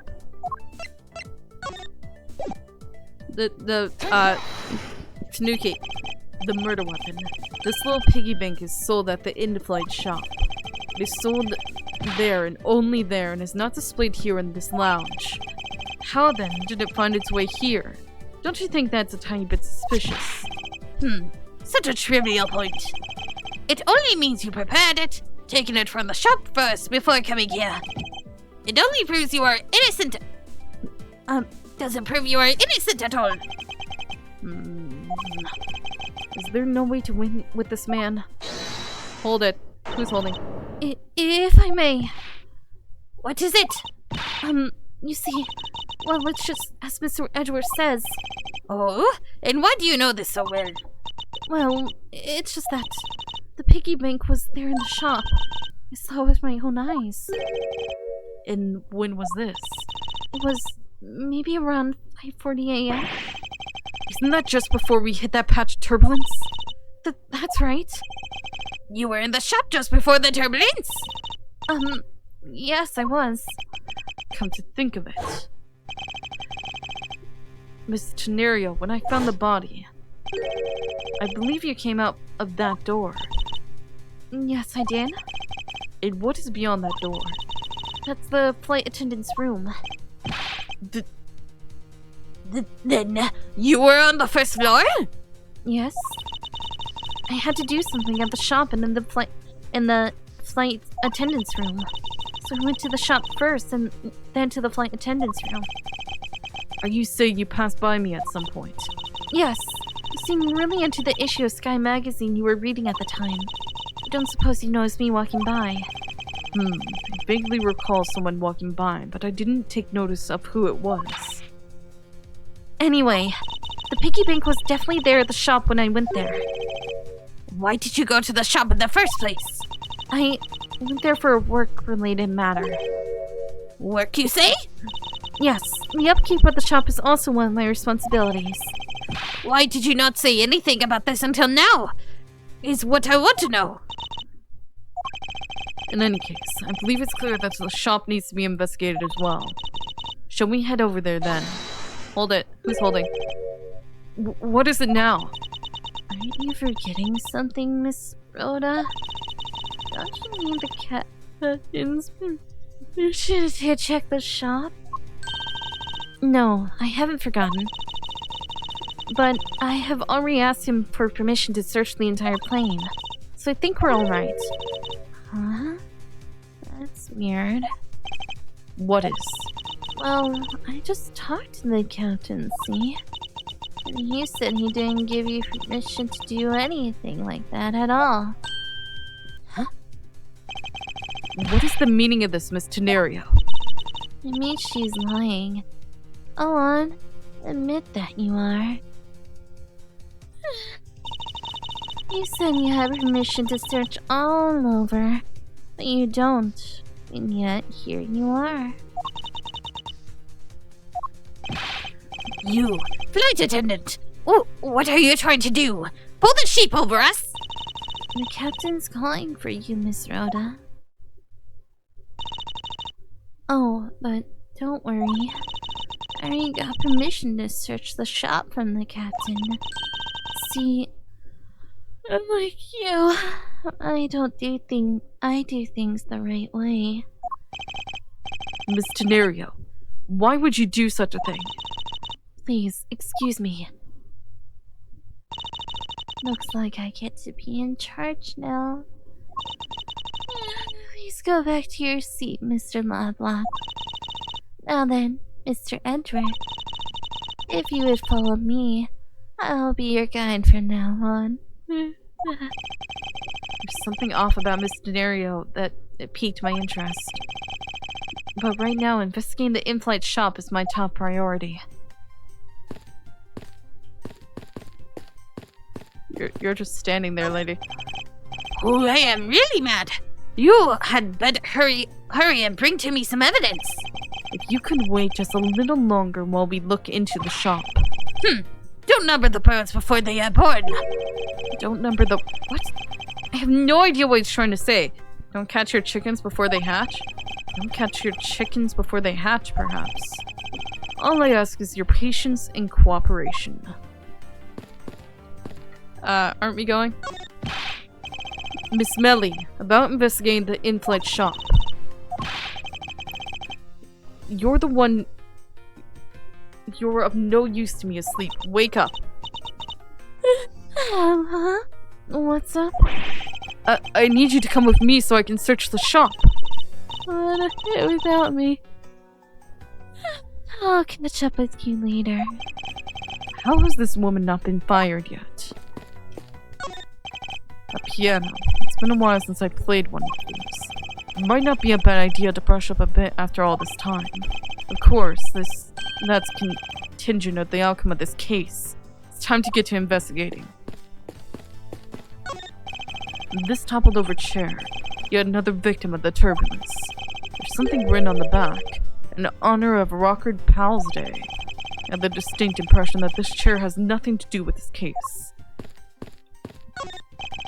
Considering which way the prints are pointed, it's likely the killer went into the shop. I should really make my way over there now. Glasses and candles thrown into disarray by the turbulence. Seeing this reminds me of the ferocity of that last patch and of... No, I can't do this anymore. I've overcome that already. I won't let past traumas control me for the rest of my life. Oh, thank you for the bit, young Amma.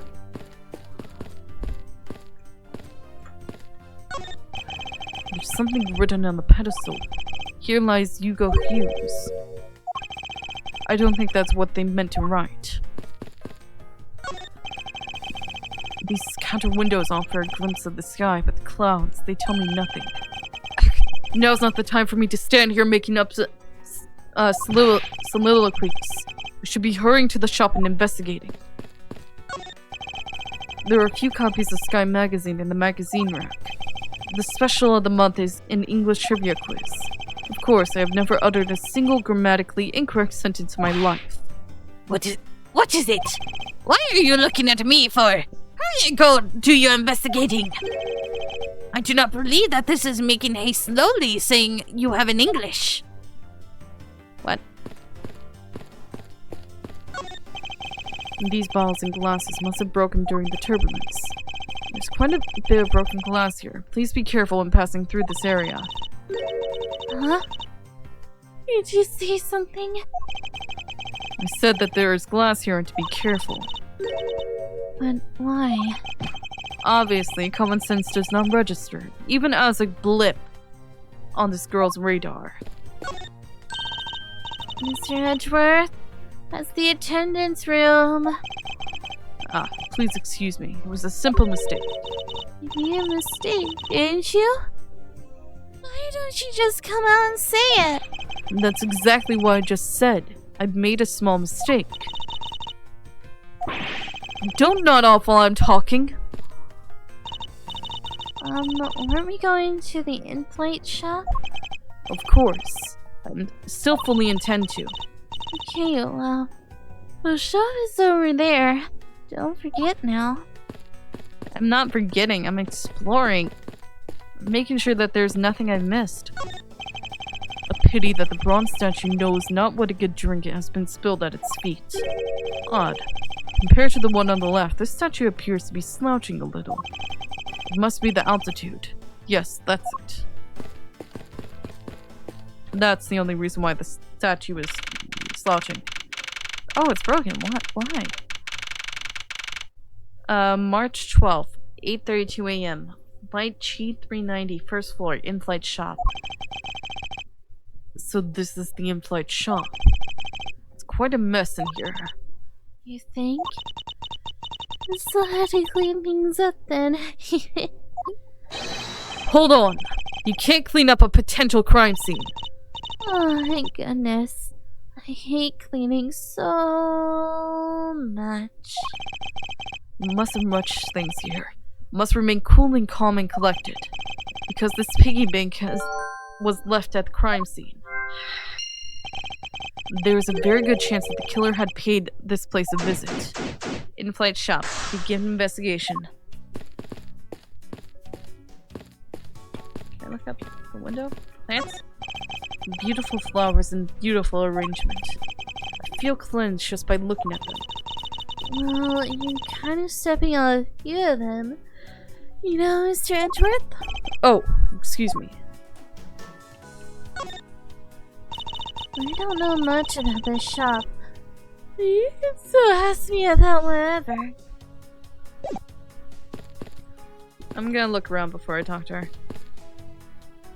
Oh, I got 60 minutes. Oh, I'm hoping we get to a save point in 30 minutes. Inside this display case is a row of lifesavers and life vests for sale.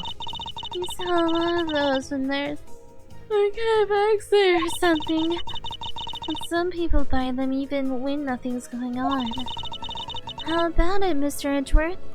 Care to buy one? I sense that this shop is one shopper away from being sued. There are all kinds of luxury-named brand merchandise for sale in the display case. And they're lined up in such a manner as to scream "buy me" to any passerbys. Stuffed toys, just like the one Miss Melly is holding, are on display here. They're relatively cheap, which explains why they're displayed so haphazardly. How about it, Mr. Edgeworth? You know you want one too. They're great for when you're stressed. Why do I envision stuffed animal abuse when you say this? The glass from this display case door is shattered all over the ground. It looks like there's nothing on display inside either. Wait. Actually, I think there is something. What's this? A mini captain's hat.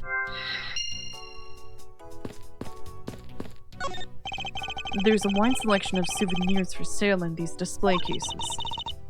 You know what I'd suggest? Sorry, but I have no intention of buying souvenirs on this trip. Okay. How about you buy something for me then? As a present. I can't think of a single reason why I'd want to buy you anything. I've had my eye on that pendant for such a long time. Try paying some attention to me when I ask you something, and then we'll talk. What are these? Those are your company's completely original line of suitcases. They're practically flying out the door. That's how popular they are. You should buy one and see how you like it. You won't regret it. Perhaps that's how things work on the flight, but in the real world, you try, then buy. No way! Either way, it doesn't really matter. True. Either way, why would anyone buy a suitcase after they board the plane? Anyway, see that? Anyway, see that? Just look at all the Captain Ugo heads painted on there. You got a mascot, isn't he? They're painted on with a lot of care. Does he look like he's about to jump out at you? It is certainly making something jump inside my stomach. Huh?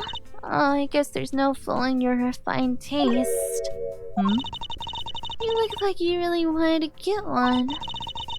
I thought I was gonna finally make my first sale, but you saw right through it. That's the no. Never make me try to give you a sales pitch ever again, okay? But I never showed any interest in it to begin with. It really is pretty horrible, isn't it? You wanna know something? This suitcase was designed by Miss Rhoda. Miss Tenerio designed this? Yes, it was a company-wide contest. Well, it does have a very sharp design sense. Sharp? Like stinky sharp cheddar, maybe.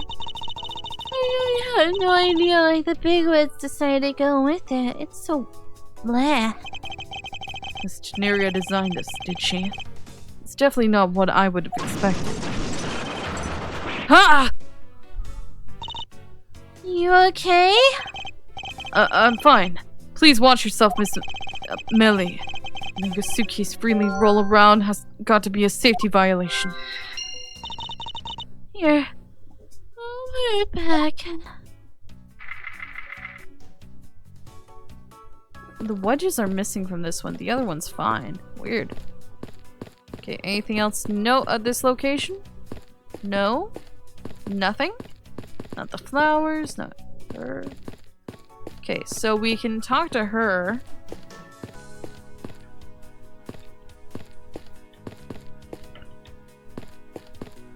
Okay, yeah. So let's piece things together. Suitcase. Tiny captain's hat.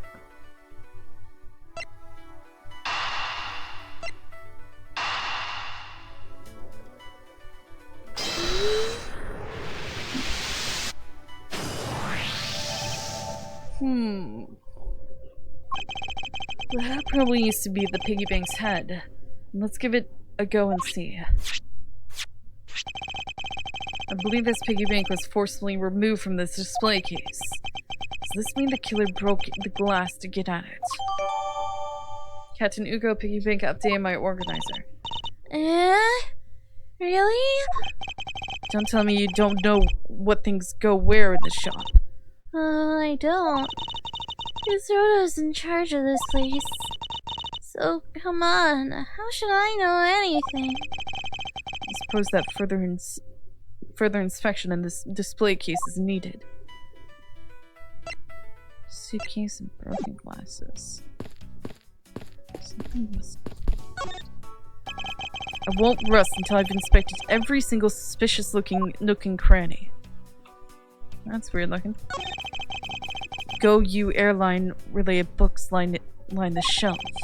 The history of Go You Airlines. The future of Go You Airlines. The 7 wonders of Go You. Fight on. Go You Airlines. Working name. Ugo Airlines. Ugo You. The title makes it very clear that they won't be making the top sellers list anytime soon. The glass on the door is broken. Perhaps it was the killer who broke it in order to take the piggy bank. It's a bit odd that the inside of the case is so devoid of glass shards. Plus the glass broke rather clearly. Well, what is it? I touched the glass and cut my finger. It hurts, Mr. Edgeworth. It hurts. Please tell me you can deal with such a minor cut on your own.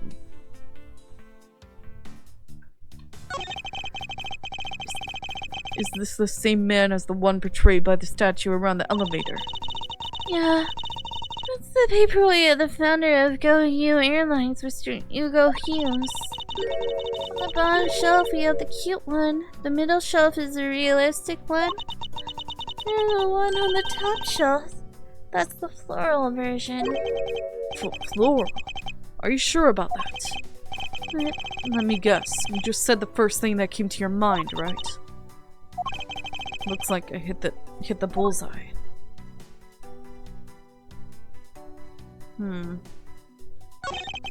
For security, there's locks on the display case. Miss Melly, if I may ask you about this lock. The one who's in charge of the shop is Miss Rhoda, so she's got the keys to all the display cases. I see. Oh, you want to buy something? Do you want to go get the keys from her? No, that's alright. I can reach in anyway. I don't need keys. There's a gaping hole. Is this spot somehow connected to any of the evidence I hold?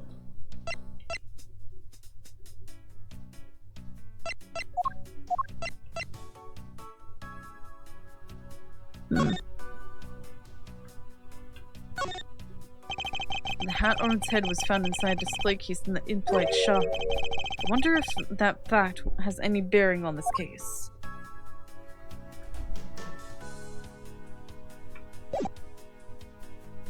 I think that's it. This is definitely something very unusual about this. About what? The killer had broken the glass to get at the Captain Ugo bank. There should be shards of glass inside the case itself. Oh, I see. I guess it'd be like that.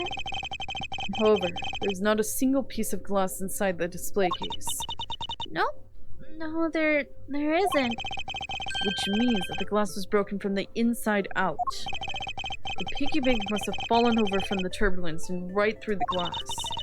Yeah, that's for sure. There's so much glass all over the floor. I'm willing to bet that the hat was knocked off its head at that time too. Yeah, that's nice. Which leads me to believe that the killer took the Captain Ugo bank from here after the turbulence. Captain Ugo bank updated my organizer.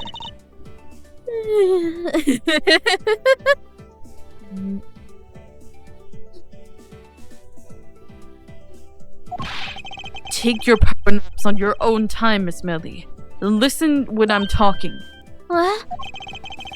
But the murder occurred before the turbulence, which rules the piggy bank out as the murder weapon. So you mean the bank's not the real murder weapon? It's a fake? Yes, at this point, that is a very real possibility. But then what if when the killer went to take Captain Ugo, he broke the glass by accident? The display case is locked, so it's highly unlikely. Yeah. There's one person who could have. Oh, and who would that be? Miss Rhoda, of course. I mean, she's the one in charge of this place, so she has the keys to everything. Miss Rhoda Tenaro, huh? Alright.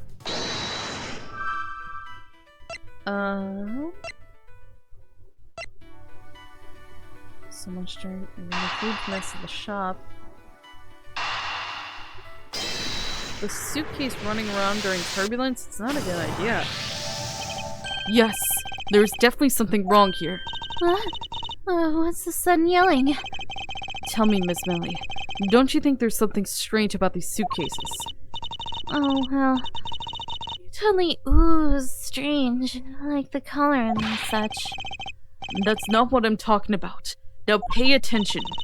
Ah, you're scaring me, Mr. Edgeworth. Sorry. These suitcases are lined up a bit too prim and proper. Yeah. They look a bit uptight, don't they? I guess they take after their creator. Again, that's not what I meant, Miss Melly. Don't you find it unusual that these cases are the only things undisturbed by the turbulence? Never mind. I'd sooner find an answer by inspecting these suitcases myself. Upon closer inspection, they really are quite hideous. I wonder how Ms. Rhoda would have reacted if she heard what you just said. What's wrong? She makes a good point. It'd be wise of me to watch what I say out loud. What's this? I spot something that's not quite right. What's so unusual about this suitcase? This. It's... Why has it got a pink wheel? Why is this pink wheel pink? There's something very peculiar about these wheels. Huh? As in? As in, there's no stopper in place on these. Without stoppers, one would think the turbulence would have sent it flying. And? And so, it's very likely the suitcase was placed here after we hit that turbulence. Let's take a closer look at it, shall we? Why is one wheel pink? What's this? The wheel is completely covered in something. This color and this scent appears to be the substance in question of this grape juice. But why would this juice on the wheel of a suitcase? Oh, I finally get to see what it actually looks like. Ah, it's terribly green. This is apparently designed by Miss Tenero herself.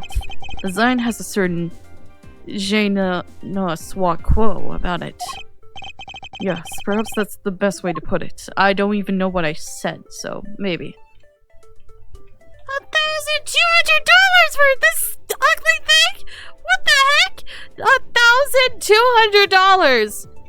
Do you see how much that thing is? $1,200 for this! It would appear to be unlocked. Let's take a look at what's inside. A piece of cloth. And it's soaked with blood. It's blood. It appears that this suitcase is very strongly tied to our murder after all. I didn't even get to talk to her. Oh well.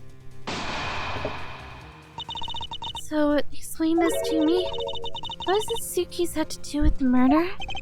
I believe it's pretty safe to say that the killer used the suitcase in some manner.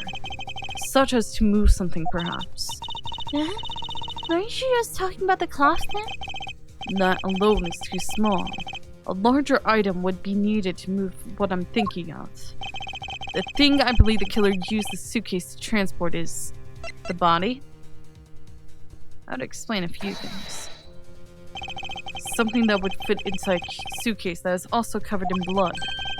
Sounds like a dead body, doesn't it?